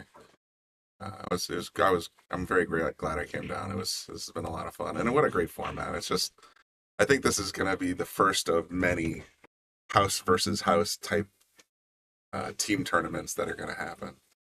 And I would love to see a traveling cup. I think that would be awesome. Just whoever's got the cup, you want the cup, come to my house and take it. You know what I mean? That's a lot. That sounds like a lot of fun to me, anyway. Bobby had mentioned, yeah, Jersey's already getting involved, and we might get some other houses that would be interested in just sort of having a traveling cup match kind of style going on. So who knows? Stay tuned. We'll find out more. But as a very first event, I think this was a huge success. 20 women just having a good time playing 8-ball, 9-ball. Can't go wrong with that. Bobby sent me here. Bobby sent you? Yes, he did. All right, well, welcome aboard. Oh I my don't know God. how the music's go. Yeah, we might. It's a little stuffy in here with the door shut, but unfortunately the jukebox is going to get us kicked off. So, welcome. Welcome. How are you? I'm doing all right. How you do tonight? I'm still in. You're still there? Yep. Good. Still there. What do you think? What do you think of what's going on? I think Yale is represented quite well tonight, but it's been good pool watching for sure. Definitely. I'm so shocked that Erica Testa, She lost too she early. was like She was first out. she was very, Erica is always a top contender. she had the highest Fargo today with 563. And don't tell her I said this. Don't Well, let her she know. has access to the tapes. You I'm know that. totally By the way, bragging about her, but like I'm literally, it's anyone's game today. It really is. Oh, It's yeah, no, absolutely. I on mean, this format. tell everybody who joins me in the booth here tonight. Oh, you don't know who I am? I remember, was it? I did introduce myself. Yeah, you did, and it was Patty. Patty. It was Patty, right? Yeah, Patty myself. I was trying to draw because that's my mom's name, and she spells it that way as well. Is that your spelling? Yeah, so she's awesome. Oh, she's Patty K. Sisters Debbie Lou and Vicky Sue. Oh wow. All Midwestern. Oh, They're not yeah, not absolutely. Victoria, not Patricia, not Deborah. Patty, Vicky, and Debbie. Do you guys have some cows or what? I'm sure they did at some point out there, but that's I was born in Indiana because that's the Midwest is where my parents are from. But we moved to Connecticut when I was only 6 months old. I really think that I was a farmer girl in another life. In another life. I really and truly, I rode horses. I love animals. Fair enough. And I'm like a city slicker. I mean, what can I say? Yep. No, that's I got a few friends. My friend Tina, who recently moved. I guess not recently anymore. Moved out to Washington State. Has a nice set of land out there. She's definitely a farmer, country girl, as they say. So Yeah, there's nothing better than the country. I don't care what anybody says. It's just so peaceful. Sure. And it's so forgiving, and I just love it. it's definitely a lifestyle. So where's Bobby Hunt and Kicking Chicken? What I are haven't they? seen them in a couple of weeks, to be honest. I Oh, know yeah? there's been at least I think the month of August was just slamming with pool and everything else going on in terms of the U.S. Open that was. Joss Tour, there's been a number of tournaments that One after another. Yeah, it's just, the whole month was booked solid weekends. So we didn't have a lot happening here locally other than maybe some list matches. But I'm not sure. And August is also pretty much everyone's favorite, or not, August, September. That's when a lot of vacations happen. So you never know. Listen, they'll be back. You know what? Oh, It looks like a winter sport. Like everyone always. You're absolutely right. Yeah. Oh, I thought this was a match. I'm so sorry. This is. It is? She just hit 2 balls in a row and missed. Did- No, I don't think so. Oh, did we miss something? I think you missed something. What I was happened? too busy jibber jabbering. Yeah, there's no 9-ball on the table, and that's a 9-ball table. Yeah. So who's So somebody's just sort of messing around. Let's take a look over at the scoreboard. See what's up. All right, Yale's lost another couple of chips. This ain't over yet. So we got 8-3 on the scoreboard. Let's see if maybe table 4's got something fun. Yeah, we Oh, definitely. there's Crystal the pistol. Crystal's on. So I wonder who won. Allison was just playing on this table. So We got talking about the Midwest and everything else. I know we know about zoned cows, out on but we the. do not know about the game. But we're good on the cows. Well, my That's fine. hunch is at least I think Yale lost that game because we're down to 8-3 and we were at 10-3. So It's anybody's game. Like I played and I had the girl and I played an awesome shot and I slid my 10 ball in and I was leaving myself just enough room to play a safety after. And I just ended up getting stuck and I had to go rail first to kick and it opened it right up for her. I had no choice. There was no other alternative. So it's really anybody. I mean, in this format, you can't even call it a race. It's a race to one, if anything. Yeah. And anything can happen. You had pointed out what was Erica, who arguably the highest Fargo here is the highest Fargo here. Right. Just ran into 2 walls quick. Yeah, definitely. I mean, Erica's a great shooter and, I don't really think this format really tests who's the better player or not. I just think it's who's the luckiest player today when it's To some degree, yeah. I mean, if you were to it's a race to one. well, even with 2 chips in your pocket or 3, and depending on your players, it's still going to be ending up a 3-hour mix up. You know what I mean? Right. So even if we, instead of 22 chips per side, it was 30 chips. There's different numbers. The different permutations of how it could happen. But at the end of the day, like if you were to do like a 4 or 5 per person chips with this many, Yeah, it would be a lot. participants, It would be a it'd be different like a scenario. 10-hour format. Yeah, it definitely would, but it would So definitely you got to roll the dice a it little would bit. definitely be a different It scenario. would be more skill sets. Yeah, absolutely. But when you're playing on, like I have 2 chips for Right. me, my Fargo went way down with my list matches because honestly, I leave the 9 ball for everybody. Have a good old time. Have a good time. I still lose and I accept it. I Yeah, totally well, accept it. it is what it is, right? But in my eyes, if I'm playing well enough and I'm running balls, I'm happy. I'm like, Sure. I used to play and I took time off and it's been, I don't really have the luxury of playing all the time. So, I look at things for improvement. But yeah. So same thing with this format. It all really depends where the balls are gonna lie. It's really, we're definitely not, All it takes is one roll, and all of a sudden, yeah, we're not Jason who can pick that pack you're, apart. you're like dropping a mixed chip fields. out of your Yeah. pocket, and that's the way it is. Yeah, we're not going to be making like world champion shots, People will make great shots, no question, but we're not going to be world top class shot Nah. makers. It's just for what it is, as opposed to like a bracketed tournament or anything else like that. It just seems like it's a fun little, Definitely, it's the fun. cards can fall any different way, but Oh, at the same absolutely. time, there's still skill involved, of course. But at the end of the day, it's just Discredit that. it's just a fun way to manage it. Something different, to say the least. Totally. It's nice meeting these new women. I from New love that little girl. Hampshire. I saw when we were with Bobby, we were watching Table 4, and then all of a sudden we start seeing a pile of women over here. And we're just like, what's going on? So we got a nice video of you guys all taking that group shot. And Oh my nice. God, we're all yelling at each other out there.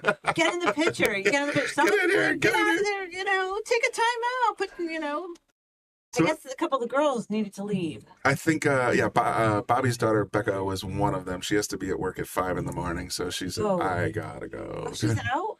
She forfeited her chips and is hopefully She in some did sort of not. ragtime. Yeah, Oh, we're going to have to kick her butt. it might as well. Becca, we're going to have to kick your butt. Oh, no.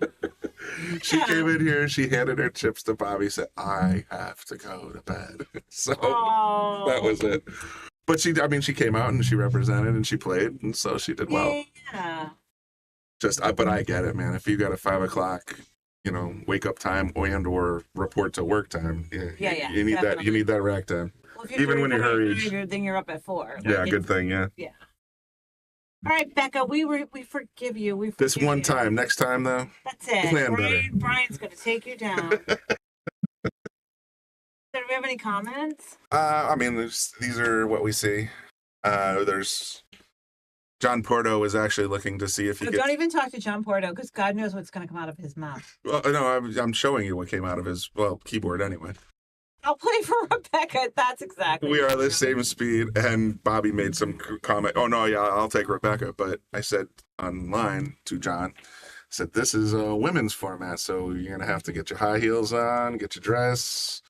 I'm sure John he is actually familiar with he that. did volunteer for yoga pants, so there's Yeah, that. that's John. He's definitely will. He would put it all on. No question. All right. So we have John Proto. Where's Merrick? Merrick's not on watching the Brian? I have not seen any comments from Brian tonight. Oh, Brian's been quiet. Okay. And as you know, here in the Shark Stream, everybody here on the Shark Stream's named Brian, so. Well, everyone's Brian. Definitely. Yeah, no, I haven't seen Brian. It's just been kind of like with all the events, the U.S. Open especially. I think everybody was tuned into that all week last week. Yeah. Or the previous week. The guy that ran 99 balls out of 99, Asian, Ko Ping Chung. Ko Ping Chung, does that sound right? That sounds about right. He dominated the semifinal and just played very well in the final, took it all down. Great. You know what? I always love to see somebody come out and, be a force to be reckoned with. I always say that, and people may not agree with me, but I'm going to say it anyway. I think Jason Shaw brought a lot to the table. Sure. I think when he came out, he was that force.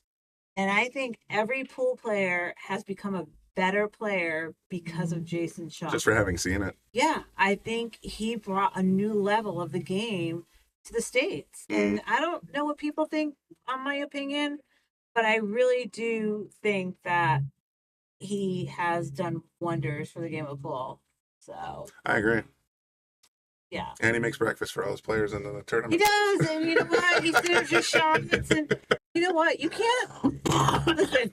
You really I saw can't, that video online of him cooking eggs and bacon that morning. I was like, that's pretty cool. you can't say anything bad about him. People do. But No. he is in his place.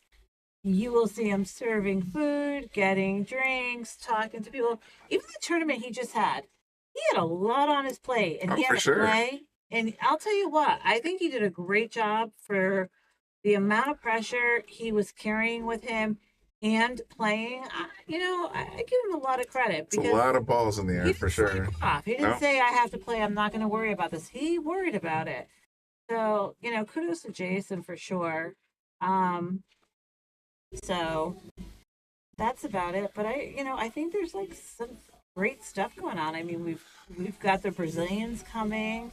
They're lovely guys. They're fun. They're personable, and we've got Bobby like really involved with the sport and trying to drive it in the right direction. So that's it. But this was fun tonight. oh, yeah, Bobby's all in when it comes to driving, even social media, getting to these events, team no sleep, all the different kinds of things. Yeah. I mean, he's all in, and I know he has a ball, especially when Alberto and Jonas are in town, Definitely. and We have to have an end of the year like kind of ceremony. that would be interesting. And then everyone buys tickets. We'll do a formal little dinner in the pool room. We'll cater it and give out awards for all these different little things that Little take place. superlatives of sorts, yeah. Team No Sleep will definitely get something for sure. And let me tell you something. My boom, which I had to fight with Joe Raccio, I'm like, we need a boom button. It's like, don't even talk about that. Bobby said something. I'm like, no, we need a boom button. And you know what? We got a boom button. And I love the boom button. So, you know what? Baby steps. You gotta get a little at a Absolutely. time. But we definitely need to have like an end of the year 2023, some kind of, what will you call it? I don't even know. Like a Well, I mean, at the end of sports seasons, my daughter's always had banquets that they Banquets, go to, that's it. and it would be, We need a that's where you banquet. get some awards and some little acknowledgments, that kind of stuff. I could see something like we can that. give out so many different ones. that Oh, are I'm so much sure. fun. This place is full of characters, a lot of personality, and definitely we're gonna have a banquet, right, Brian? Make it happen. Let's do it. All right, so let's see where we're at. Also, there's a pool game going on. No, they're just sort of battling back and forth because they got a lot of balls tied up, and so they're just sort of, again, when I was talking with Bobby earlier, if you don't have an out, make sure your opponent doesn't either, and that's exactly where we are right now. Neither has an out, so they're just going to be playing chess for a little while. Definitely. I mean, I have to tell you, in my match, I played an excellent shot. I thought I would be perfect to play the safe, and I got caught. And I had to kick off the rail, which opened it up because I had no other alternative. But it opens it up, and they win. I mean, I lost my first chip that way. Yep. That's all it takes. Yeah, that's all it takes. But I was there. Had I been like a half a centimeter, I would have been perfect. But it didn't happen. Wasn't in the cards for me today on that match. We got going over here on table 8. We got ball in hand on the 8 ball. I don't know if I'd be shooting that shot, but I understand if you just can stop it and play on the side. We should I probably don't show know you if what they're we're talking touching. about. Are they touching? Let's go zip over to table 8 real quick. All right, let's see who this is. Oh, this is Nicole, and she's on the 9 ball. That's what I was saying. I think we're about to see another chip go in the pail. Yeah, come on, Nicole. I think she's got this for sure. Oh, Nicole, did I jinx you? You commentator cursed. I never thought I'd be the person to do You're the that. commentator cursor now. Nicole, I just played you. You were making great shots. I mean, come on. What happened there? Commentator curse. I never thought I'd be in the seat doing that like you all do. I get yelled at all the time. Now I feel responsible. I get yelled at all the time, so right. now you can feel my pain. So she's going for the bank over here. Sure looks that way. Well, let's see how she shoots it because she has potential for a scratch in that back Certainly. corner. So, Could get ugly in a hurry, but the right English, you're probably okay. yeah, you never know what someone's going to do. You don't know what their skill is. So, but there is that potential.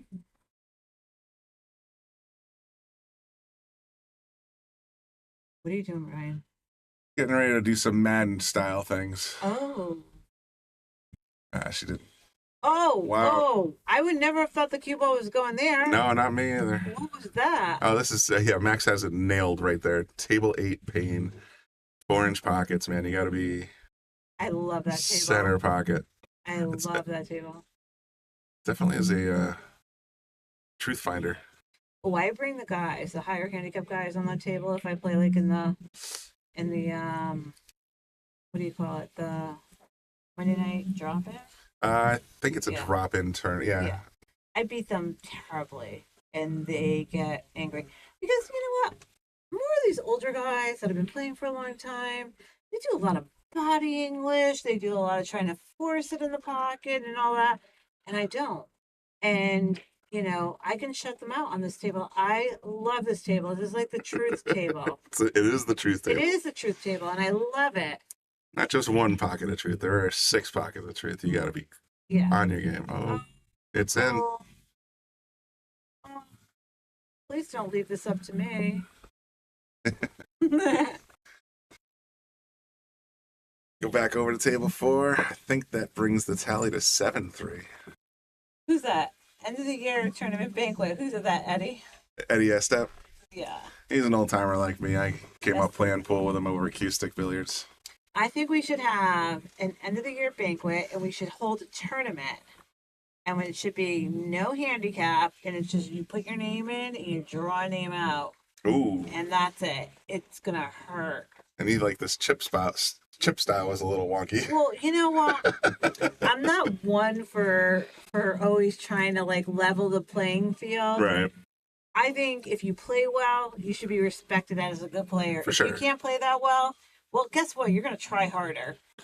I don't like the handicap system. I have the same philosophy, especially when I was growing up playing pool. It was like, if you want to get better at this game, play people that are better than you are. That's right. So you lose, but you learn. So that's. I had a chess shirt that said that at one point. It actually had a couple of chess pieces on it, and it says, "I never lose. I win or I learn." And that's an absolutely terrific philosophy in any sport that you're in. It's true. It's definitely true. You know, it's work. No matter what sport you play or what you do, there's dedication, there's hard work, there's nutrition, you know, and also, you know, whatever it may be in terms of conditioning your body, your mind, whatever. There's a lot of elements that go into being great. And yeah, I think that, you know, you should play heads up with people. And, you know, you get knocked out, so what? The better players do deserve to win at times. Yeah, for sure. Sure. And I think a lot of times they get put in a position to have to fight for their life. So I don't know. So our banquet tournament is going to be a heads up tournament, no handicap. Well, Eddie Estep's advocating for random draw scotch doubles, which could be entertaining. John Portos. It's fine too, because you never know. You never know what you have to really know a person to figure out how to set up their Everyone's shots. going to go, oh no, we got to put the higher handicaps, the lower handicap. No, just people have a good time and see who they draw. You never know. Maybe I'd be your partner, Brian. Anything's possible. What's your handicap, Brian? I don't have one. I don't play pool. Oh, you don't play pool? I haven't played pool in like 20 years. Oh, then hell no, you're not my partner. You could be the commentator. I still remember how to play pool, and I can talk about pool. Oh, Brian, you're not my partner. I do not have a pool cue. I do not have a case. I just talk about it. You don't I played a lot in the 90s and So what the heck 2000s. are you doing here? I'm a friend of Bobby's, and Yeah. I still come down and I'll pick up a house cue with my friends and donk around sometimes. But for the most part, yeah, no, I know pretty much everyone here. Well, actually, I think you're a very good commentator. So that's why I'm a little shocked by you're saying you don't really play anymore. Well, I did play Teddy about That's not a saying week or much. so ago. That's Well, Teddy. That's my Teddy. I won a bunch of games against Teddy, so the rust is coming off a little bit. But I'm not. Like I said, I don't play pool. I love Teddy Bear, but him and I, we roused each other terribly. Oh, sure, he's a ball breaker. Oh God, yeah. He's not happy if I'm not here and I haven't been here. He has to get it all out when I come in the door. He loves it. But yeah, Teddy, Lisa, you know, they're good people. The staff, They're great people. Bobby's put together a hell of a community down here for the last 5-6 years, and the other location for 25 before that. That's how I got to know Bobby. Yeah, definitely. I've known Bobby, and I don't even think Bobby remembered me. Um, Bobby like literally played on teams with like Sal Bevilacqua and blah blah blah. I remember Sal Bev. Bobby was so quiet. He didn't say anything to anybody. He was so quiet and non-confrontational and always like, and he's still kind of that way. You know, Bobby's not that. But I'm saying Bobby was so quiet that I don't think he even knew I was there. Well, now he's the consummate MC and the social media personality. Yeah, definitely. So where are we now? Let's see who's playing. I think Yale's been losing the score. You want me to go check? No, right now it's Crystal's at the table. I can see right there, 7-3. Oh man, we need to like wake up a little bit. We were way ahead. Way ahead, and now it's a 4-chip difference. Crystal, I believe, still has 2 chips in her pocket. You have 1 or 2. I have 1 in my pocket. Okay. I'm just saying that I think that And there's a match going on the table 8 as well. You can see it over here. I don't know how well the score was going because there was a gentleman that was doing the score, and they didn't really go over it. So when you lost, you had to put your chip in there. That's how the chips And he work. was doing the score, but sometimes he wasn't there. So I'm not 100% sure. Have to check the counts. Yeah, I'm not 100% sure. Well, there should technically. We started with 44 chips. We're down to 10, so there should be 34 chips in the bucket. But I'm not a scorekeeper, so you can't go by me. You want my chip, Brian? I don't want your chip. You want it? Here, I'll give you my chip. You can go play. I don't want to go play. I don't play pool. You don't want my chip? I got 2 chips. That's all I got was 2 chips. That's how everybody got. No, I don't think so. On Team Yale, everybody got 2 chips. On Team some got 3. Strokers, I think someone got 3. I'm not sure. No. 22 chips were distributed. So Okay, amongst so it's the 11 ladies on the Yale Don't side. forget, Bobby and I, we were talking about this before the whole tournament and before we knew how many people they were bringing. So that's why I'm saying 3 because I don't know. Yeah, so they had 9 players. So what they did is they put 18 chips out there. Everybody got 2, and now they got 4 chips left. So they gave 4 players on the Strokers team an extra chip. Oh, I see, because there wasn't as many as there was. Right. Of the, So 4 of their players had 3 That's- chips to start. That's how it changed. Okay. I knew something. I wasn't always completely, I wasn't like saying. It's all about math. I wasn't saying I was completely right. Both houses had the same number of chips. They're just giving away a little differently. That's all. So we're reading, Wayne Campbell just said, but yeah, you have to play the best to be the best. And I totally agree with you.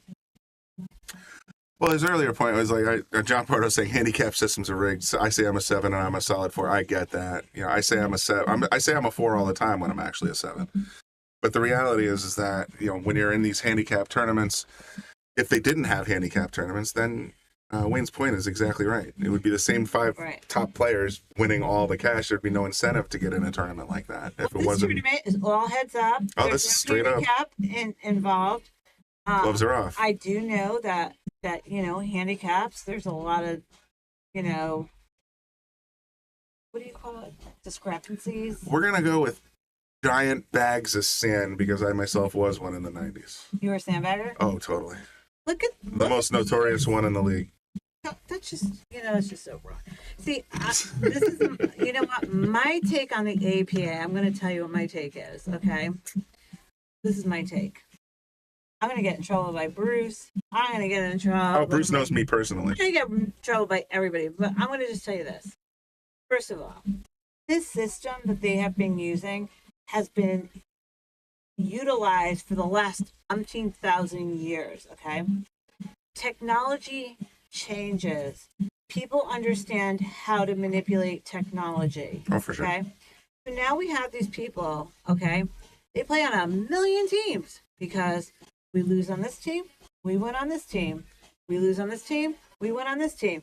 So no matter what you're doing, you're playing this like little teetering game to average out your handicap. For sure. And guess what? Why are we not going to go in and fix this description? Because that means people will play on less teams and it's less money. Now, I'm not here to say bad things about anybody. Trust me when I say that. Sure. But what I'm saying is We all want to have an even field. We all want to enjoy ourselves when we go to play league. We all want to be able to match up with our person we want to match with. And that's what the AP was all about. Handicapping people so you can go play somebody who's equivalent to you, maybe slightly better, maybe slightly worse, but you had a chance. But the handicap is supposed to make it so that any given evening you have an equal-ish chance to win. But not when people are using other teams to lose and dump on. To manipulate. To manipulate the score. So it's not really the APA's fault, it's the people's fault. But I think if they go in there and they change and revamp the system so that doesn't happen, I think people will see that they're playing the correct handicap. And this is an assessment of my observation. Nobody else. I'm not dumping on the APA. I'm not dumping on anybody. I'm just saying that technology changes. People learn how to manipulate technology. We see, look at all these things where banks are being robbed of money. You know what I mean? I'm saying this happens. It happens. It doesn't take rocket scientists to figure out how to pad your score in bowling or in darts or in pool or anything. Cheating, honestly, you're cheating other people of playing and having the opportunity to go to Vegas. Why do you want to do that to people? Let people play and win. Let people have the right handicap that they're entitled to, you know? I'm just fighting for people to have a good experience. Right. That's all I'm fighting for. I'm not dumping on anybody. I'm just saying that you got to change with the times. About to have another chip in the bucket. Oh, yeah? Uh-oh. There it goes. Looks like I'm going to be playing. You might be on the stream again soon, on the other side of the stream. Was I on the stream tonight? We've been talking all night on the stream. Oh, I didn't know if anybody... Oh, I don't know if you... I was on table 8 I think for a you while. might have been on table 8, and I probably did get you a little bit. You did? Are you sure? I'm not sure. So... I was bouncing around a little ADD-ish earlier. Now I'm at least somewhat focused. But I like the Monday night tournaments here because there's no handicapping, you know? It's just walking off the street, play your best game. Yeah, play your best game. And even if you come in and you jump into that Monday night tournament, even if you lose every match, guess what? You're playing great players. You're getting a great experience and you're improving your game. For sure, you know, improve your game. That's it. And, you know, I think people, when you play straight up, they feel more accomplished when they win. Right. Oh, for sure. Yeah. It's the best feeling is knowing that you just beat someone that's better than you. Are you going to throw me out of here yet, Brian? I don't throw people out. Well, usually. There's a couple are you people. Getting close? You getting close? I don't know. Do you have to go play? I don't know until Bobby calls me, but it seems like the numbers are going down a little bit. Oh no, it's been pretty stable at like 20 to 30 so far tonight. It's I mean, people come in and go, but for the most part. No, I mean like the numbers out there. Oh yeah, no, those are accurate. 6-2. Yale has 6 chips. They have 2? They have 2. Oh, okay. So we have 2 matches that can be played unless the same woman has 2 chips in her pocket, which I doubt. What? 1 chip? Well, no, I'm saying, yeah. Okay, well there you go. But the women have all been very nice. It really has. I'm glad I came, to be honest with you. I'm not sure if this match on table 8 is actually participating right now. Well, Jackie did have a chip. She did have a chip, yes, and this must be an actual live match. Yep, it's a match. All right, so that's an actual live match for a chip. Anything going on over here yet? Allison's up. Yeah, I would say you're not playing yet. Well, I lost my first chip to her opponent by opening the table up. Right. Yeah, when I had a kick. So she's a pretty decent shot, for sure. I might take a quick break to go refill and 6-1. You still got a ticket, right? I do. We might need you. We'll let you know soon. He needs a drink. 6-1. The scoreboard says 2. No, he just changed it. What are you drinking? Go get him a drink. Oh, well, I don't know. I'll get it. What are you drinking? I've been drinking the toasted lager. A toasted lager? It's a Blue Point toasted lager. You have to. I said nice things about you. You have to win 6 in a row. I'll save your seat when you come back. What are you talking about? I got 6-1. All right, fine. Ready? Get the swivel. Yeah, there you go. There we go. So this young lady, Linda, has to win 6 matches in a row. She has to be. She is their sole Allison? flag right now, huh? She has to be Allison. She has to be Jamie Pfaff, Patty, Crystal, Lisa. And her name is what? Alicia? No, Linda. And she has to be Allison, Patty, Wendy, Jamie. You want me to hit the light switch here? Just leave them on. Yep. All right, and right This now. is Strokers. So Yeah, Strokers. This is Linda. Linda. Okay, so she's the sole survivor right now. Yeah, she's 397, great player. She won a bunch of big matches on the screen. And Allison's coming out fire. She must be tired. She must want to go home. Get the door with. Fire. She did. She's swinging 4 balls, now 5. And she's got a little love tap here. Yeah, I think so. She can make this, Brian. She follows up. She can make the 13 here. Sure. Wow. I think the crowd would go crazy if she runs out the rack. So she just goes on fire, taking. Oh, I thought that was good. I thought so too. When Patty gets back, I'm gonna take a little walk and get some fresh air for a second because I'm freaking sweating in here. All right, cool. You guys can jabber amongst yourselves for a little bit, and then I'll be back in like 5 minutes.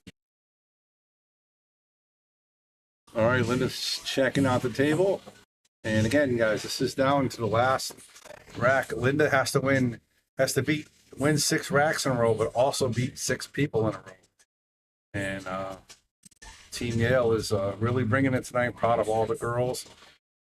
They all brought their A game, and they're all enthusiastic, and they're here late. A lot of these girls aren't usually here at 12:30 on a Friday night. So, women, I should say, girls and women. But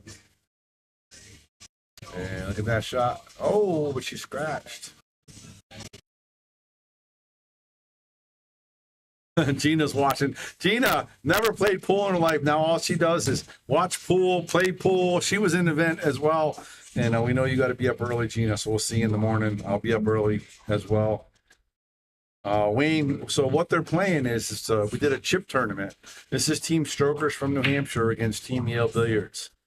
We had 11 girls. They had 9 girls. And we basically gave them all 22 chips to split up amongst themselves evenly. And whoever lost a chip went in the bucket. And here we are right now. We're down to Strokers having 1 chip and Yale Billiards has 6 chips. Gina should play in the underdog 7. I agree. Gina should play in the underdog 7. And she just missed a ball in here, but she left it tough. And Patty's in the booth with me. Hello, Patty. Hello, Bobby. How are you doing? I'm enjoying my cocktail. You got your chip left here. You still in this? What'd you think of this event today? I loved it. I was just saying with Brian, I thought it was it's straight up. It's anybody's match. It's a race to 1. You know? Wow, what a nice hit there. Give her a boom. That was a nice hit. Oh, I love the boom button. Well, yeah, something different, right? Well, I fought with Joe Raccio to give you the boom button. I'm talking about the. I'm talking about the. Oh, I'm talking about the boom button. No, I'm not talking about the The boom boom button. button. So Brian and I were talking about that. Yale Billiards needs to have a banquet at the end of the year, so we could do highlights, like Team No Sleep, all these kind of things. We could do a drop-in doubles tournament. You put your name in and you get your partner. No handicap. It's just free draw. Oh, okay, we do a random draw, but we usually split up the handicaps. But No, we're not splitting up no handicap. What if me and Lucas team up together? Then you team up. You know? All right, I like it. All right, hold on here. This, she has no shot on the 8th, though. A lot of certificates to people of what they did, what they said, what they accomplished. It'll be so much fun. I agree. Let's We figure still something out. cater a dinner and have a good banquet at Yale Billiards. Yep. Oh, nice shot. Oh, she got a little rock there. No, she's trying the 8-ball. She's on the 8-ball. Oh, So- I just came in. I wasn't really Yeah, I know. ready. That's okay. You're doing fine. So Linda has to win 6 in a row, and she has to beat you, too. Well, she's the first person that knocked me out because I had to kick a ball. I had to kick a ball and I opened it up. I had no choice, but she's a good shot. Yeah, she plays really well, and it's not over yet. But man, she's still in the hunt. I didn't know Rebecca had a forfeit. Yeah, Rebecca. She had When I to understand, we were work. supposed to do this from 9:30 to 11:30. Yeah. So she stayed till 12. I give her that. But definitely. she's got to be up at 5 in the morning. You know. Yeah, that's work first. Yeah, I totally get that. I just didn't know. I was like, what? I'm like, she didn't get knocked out. And he's like, no, she had a forfeit. So, No, she did. Rebecca, if you're listening, we're going to make it earlier next time for you. No, she's definitely sleeping. She's going home to go to bed to get to work. I taught her to be responsible. She listens most of the time.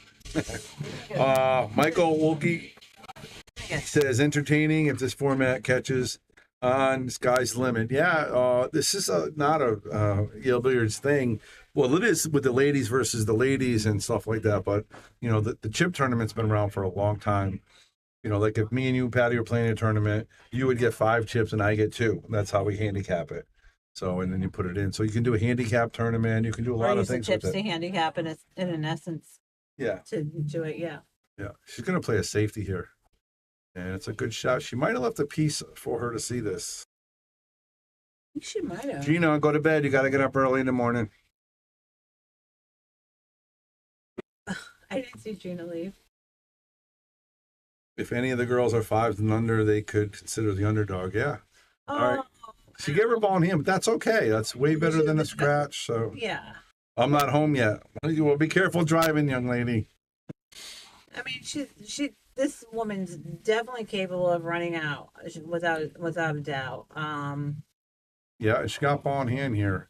If it were me, I would probably start with the 2 ball. In the side pocket. Yeah, I would go. Yeah, I probably would go that way as Yeah, well. I mean, this is not terrible either because she could make this here and then play the 2 here. That's not bad either. But I like playing the 2. Oh, That's fine too. So if she it comes here, then she can get the 2 ball to come here, and then she can come back for the You know, 5 it and only 3. depends if someone's right-handed or left-handed too. When they Makes a make their big choices. difference. All right, so she fouled it enough maybe to get the 3 here. I think you got to shoot the 2 because the 2 is the trouble ball. If you don't get rid of this 2 now, she's gonna go to the left if she shoots that 2 ball, which that would leave her the 3 or the 4, depending on how she hits it. yeah, and this is I worry about the she's 2 gonna ball go for here. She's going for the 3 ball. I know. I'm worried about the 2 ball now. Yeah, I don't know. Now she's trying to make it this way. That's makeable, but It is makeable, but it's not a high percentage shot. No. I mean, there's a little risk to it. yeah, because you got this little point right here that's sticking out. So What that table is she on? you only have She on 3/4. seven? Yeah. 3/4 of the pocket. Shooting it this way. Well, she went for the Ooh, 4. So she went a yeah. 2-way shot. All right. So she went for the safety. Well, she still has a piece of the 8 ball, though, I think, from here. I think so. So Allison should just tap this cue ball, make the cue ball come right here. I don't know. She might have enough of that ball to play right in the side.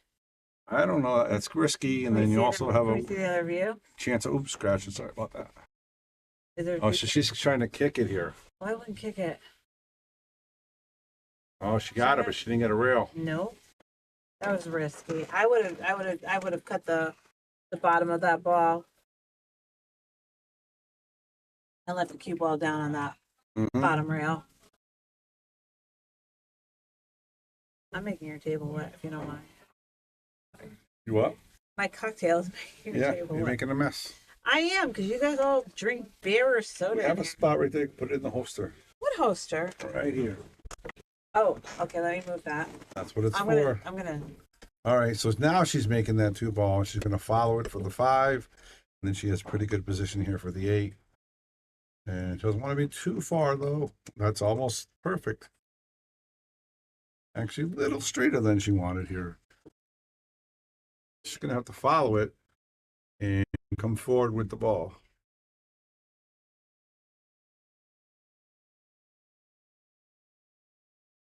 No, she's just shooting it straight. That's exactly. She followed my line almost perfect. Yeah, I kind of would have put a little tiny bit of left on that to come up and down Yeah, a little bit. This But is I'm a queen of English, so okay. I'm always putting English when I don't need it. So, you ready to go get your revenge if she makes this? Whatever you want. All right, she did. Uh-oh. All right. Go get it, Patty. What am I You got to playing? take it home. What am I playing? 8-ball right there. Oh, same table? I want to go on table 8. Can I go on 8? Table 8. I want to go on 8. I like playing on 8. Ask them if they want to play an 8. If not, we'll move to a different table. I just want to go on 8. It's up to them if they want to go on 8. I don't know if they both want to play an 8. Okay. Thanks, guys. All right. Good job, Patty. All right, Patty, let's go. All right. So now Team Yale Billiards is down to 5. Can Linda come back and win 5 in a row here? Let's go to the PDZ. Let's look around. You can see. And you can see there's the Strokers girls. And they're all talking here.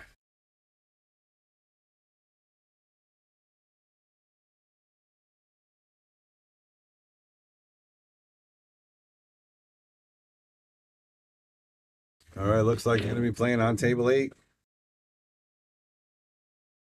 And I'm not sure if they're playing 8-ball or 9-ball. We'll find out.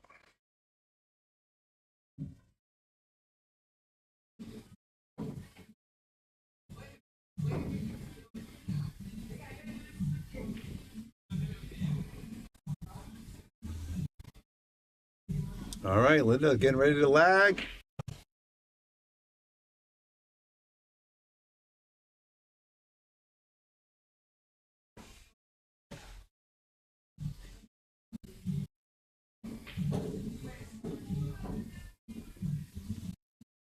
All right, guys, I'll be right back.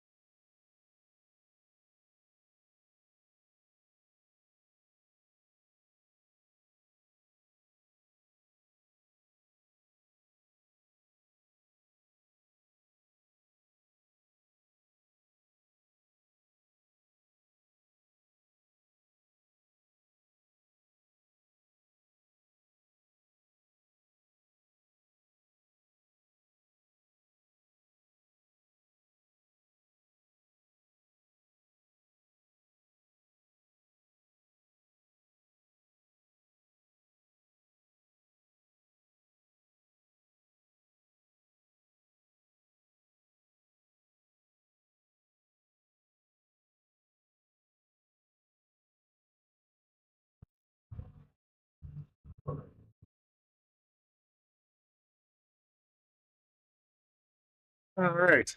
Brian back in the booth. Bobby didn't even give me 7 minutes to have a cigarette, so here we are. As I understand it, we have, oh shoot, I want to say Linda representing strokers. She needs to defeat 5 Yale ladies in a row to win the title for strokers. Right now, Patty's at the table playing against her, and they're playing 8-ball. So we'll have to wait and see, because my understanding is they're going to keep playing as long as they need to. 8-ball, then 9-ball, then 8-ball, then 9-ball, then 8-ball. Crystal is batting cleanup if it goes to 1-1, as I understand it.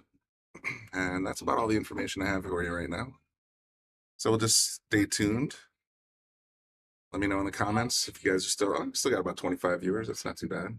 If you're on Team Linda or Team Patty at this point. Evenly matched. Linda's Fargo's 397, Patty's Fargo's 370. So, as you just learned from Patty recently, it could go either way, though. All right, so Patty's got solids. A lot of options on the table right now. And hopefully, she's in fighting strength here. Maybe we can get our last chip and call it a night. If not, I'm not entirely sure who's on deck, but there's still quite a few players hanging around.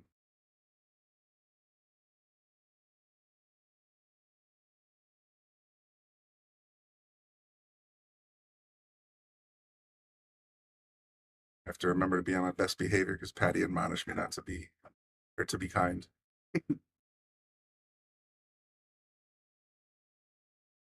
Well, she missed the 3, but she left Linda pretty stuck here. Guess she's got that 14 ball at the top of the table. That's about it, though.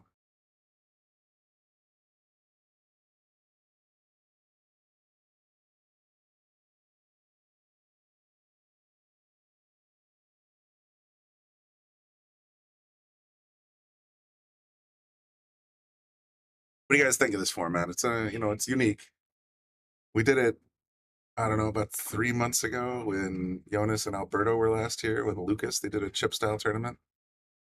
Forget who the 4th player was. Oh man, there were 4 of them.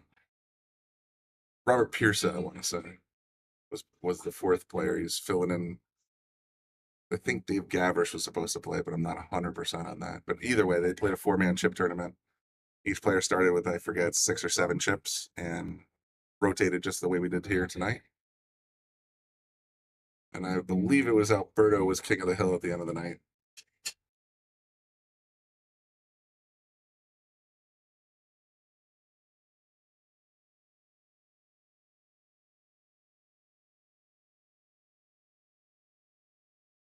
So we're what, about 3.5 hours into this? I think we started around 9 o'clock, maybe a little later.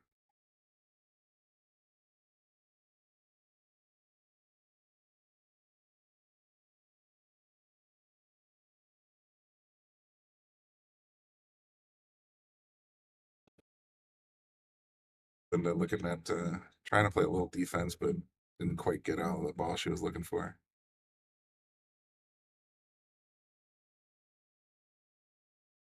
There you go. Ooh, it's not going to line up so good. The only one she can see right now is the 2 ball.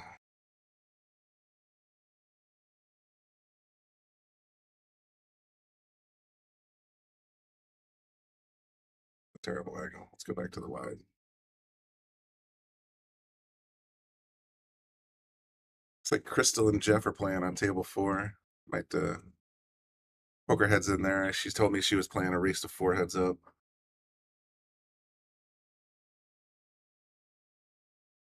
But as with most Friday nights at Yale, it's still, even at 12:30, it's still pretty busy.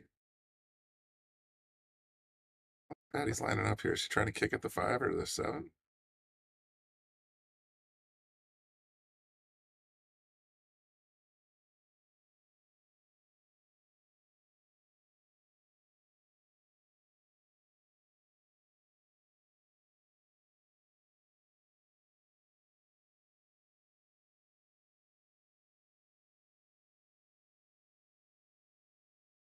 was the intent, but she missed both.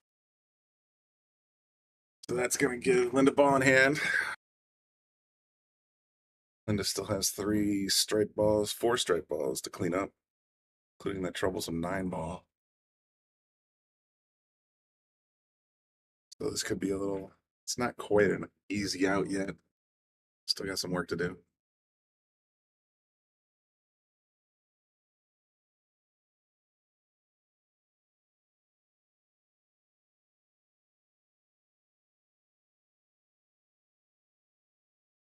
Guessing she's going to start with the 11-ball.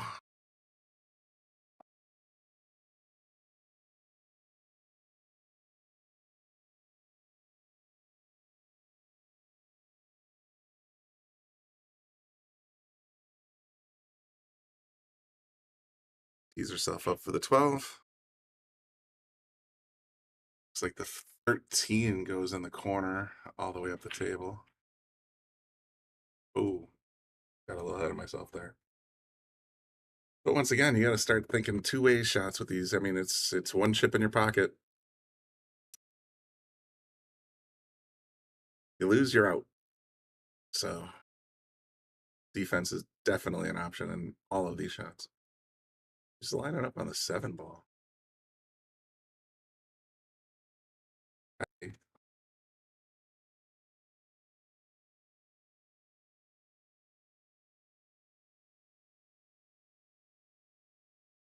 Just not enough steam, but left it right in the side. Oof.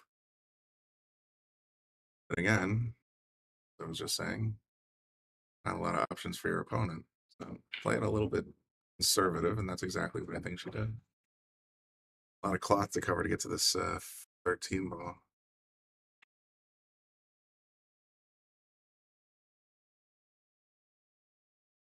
She's just gonna fry.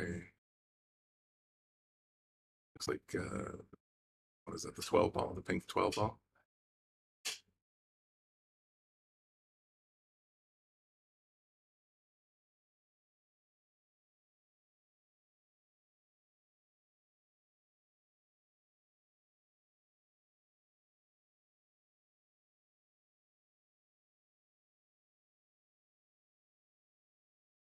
She left the 12 in the jaws of that corner, so that takes that option away from Patty.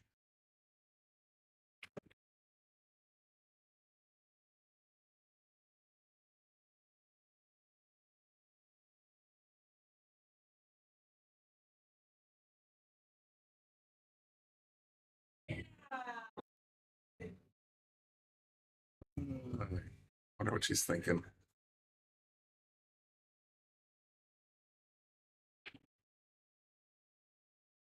With a 7 on the side and move the cue towards the 9-2 and try to develop that a little bit. Risky, but plausible. Could be thinking of cutting the 1 on the corner. Looks like she's going to take the 7 now. Tried to scoot it up the rail, but either she's trying to avoid any contact so she can get position on the 5-ball, or she just didn't quite get the spin she was looking for to break up the 9-2.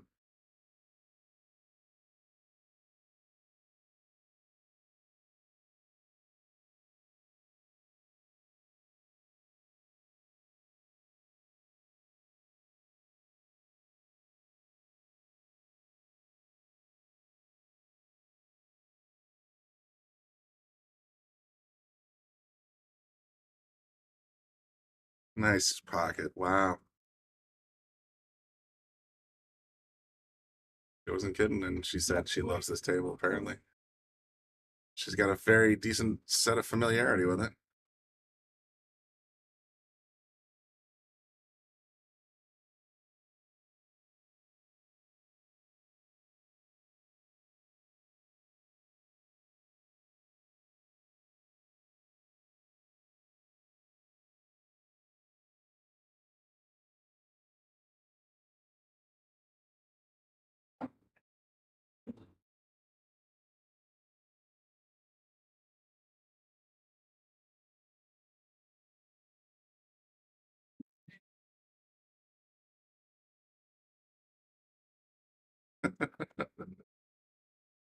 Sorry, I was just scrolling through the comments section just to see what I missed while I was outside. Sounds like Bobby was talking about handicaps for various players, so that'll be interesting.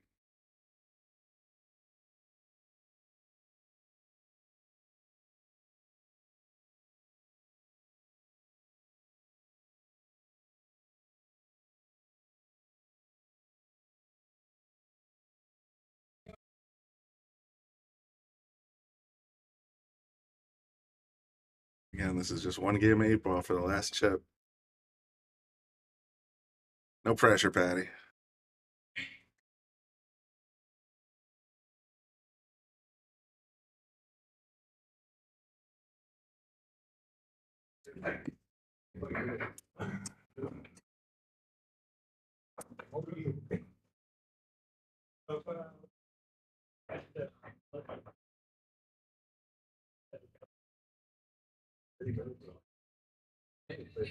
Wow.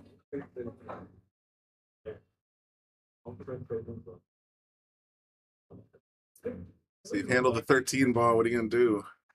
And 9's still a tricklet.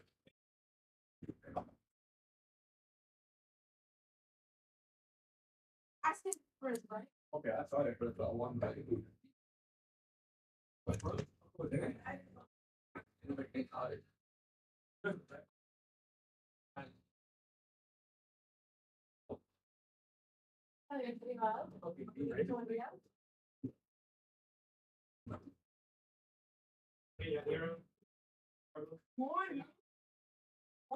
I was just, they tried to develop it down towards the corner. She did, but Patty's got a nice look at the 6, 1, 2 in the corner, 8 out.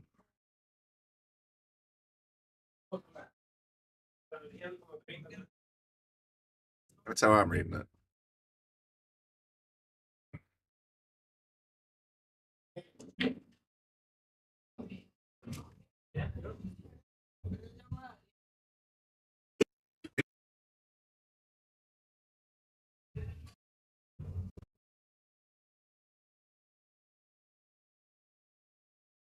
Starting with a 1.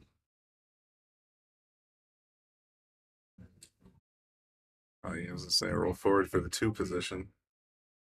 Now she's got to cut this into a very tight pocket clean. Or maybe use the 12 a little bit while trying to get back to the center of the table for the cue ball. That's going to be a tough shot. Look at the overhead. See how much space we got in that corner. Yeah, it's pretty tight.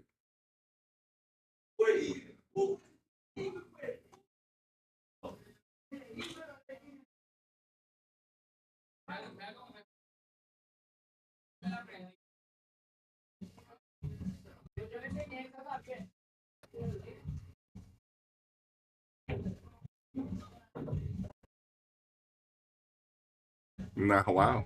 They take care of him fairly well.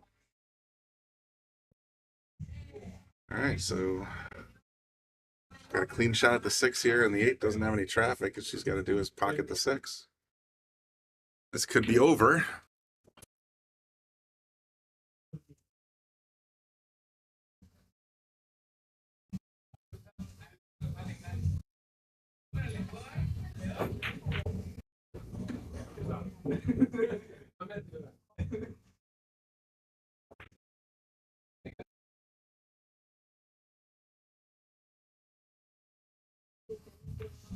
Oh, just a little too tight.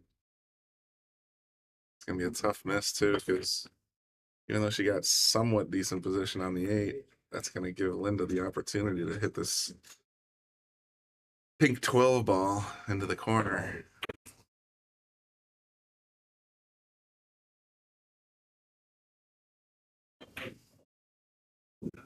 Bridge shots are never fun, though.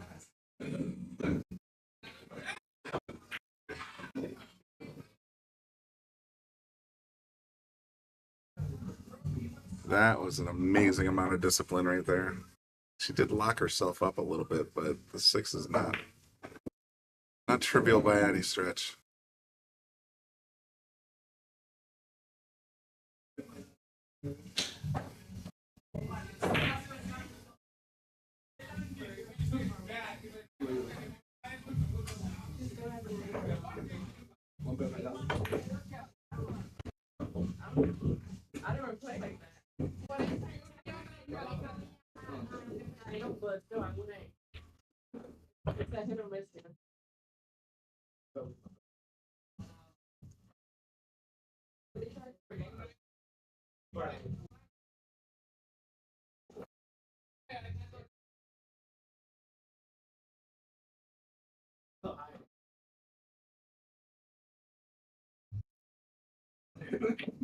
Ooh. All right, well, here's the good news. It looks like Patty can get a clean shot at the 6 in the side or corner. Plan B, though, is what do you do with the 8 ball? Does it go? I mean, it might reach all the way this direction, but it's a very thin shot past the 12.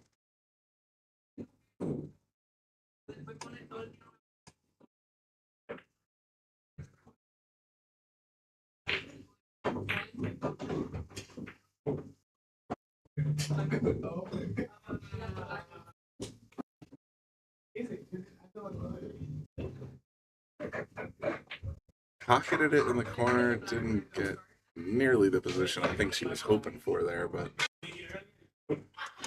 now it becomes a trick shot because you got no object balls to block with except for the 8 ball, and the 8 is not going to want to go anywhere. She's looking eyeballing the cut, back cut maybe? Is that why she was putting her cue down there? Sheesh, that would be a hell of a shot.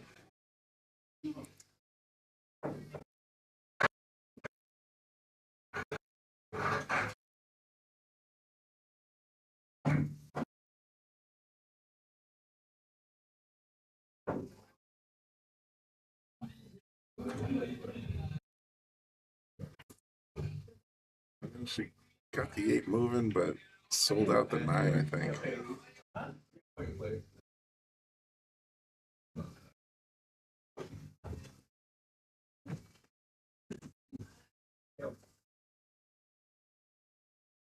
These are real tight pockets, so if Linda misses, that cue's going to wander right up and get position on that 8 ball. Basically, either way, if she makes it or misses it, the cue should end up right around here. And that's going to largely determine the outcome of this game. Oh, I think she got a little... Oh. Unfortunate, because that was a great shot on the 9, just didn't quite get the position she was looking for. Based on her last couple of shots, she's just going to make Patty earn it, I think. She might just tap the 12 ball right to the rail here and leave the cue right where it is.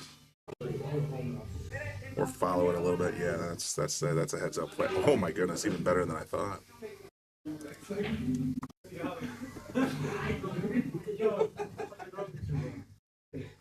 Patty's got some work to do.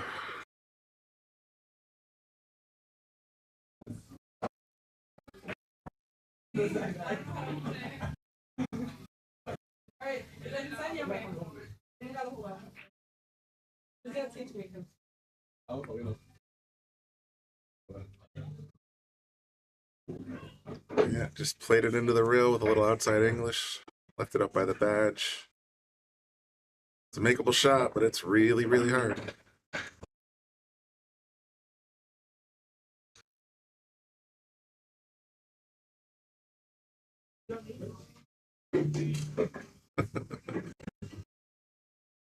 This match has become a staring contest.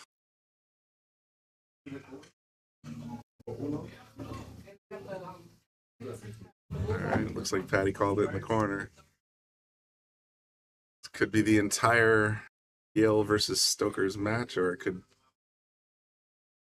quickly go the other way if she misses.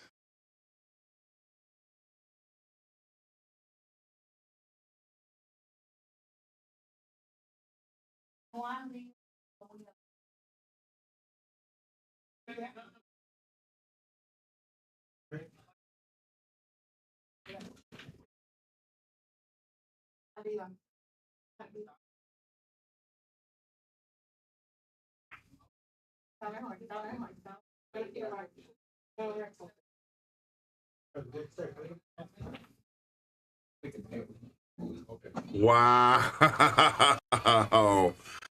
I'll give you the boom, Patty. That was a clutch shot right there. Dropped it right in the corner. And that is going to bring strokers to 0.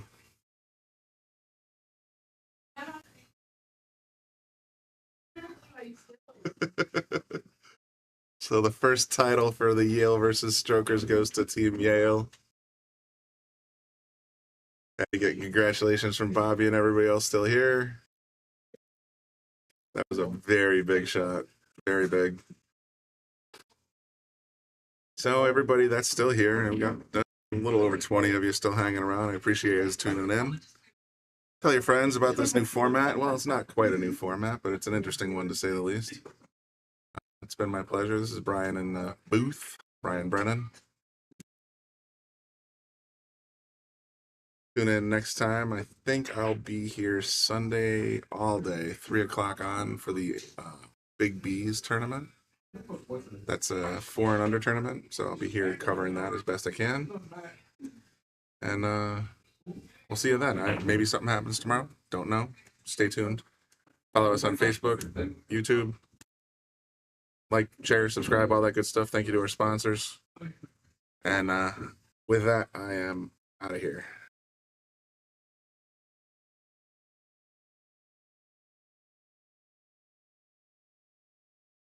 We want to give a shout out to all of our sponsors here on the Shark Stream. You have Connecticut APA, Sigmaware, Agency One Group, Jacoby Custom Cues, Women in Pool, Mabel's Tables at Michael's Deli, NM Billiard Sales and Service, 11 Hall Avenue, Wallingford, Connecticut, KM Maintenance, JT's Pool Cue Repair, Salado App, Mark Anthony Home Improvements, Tom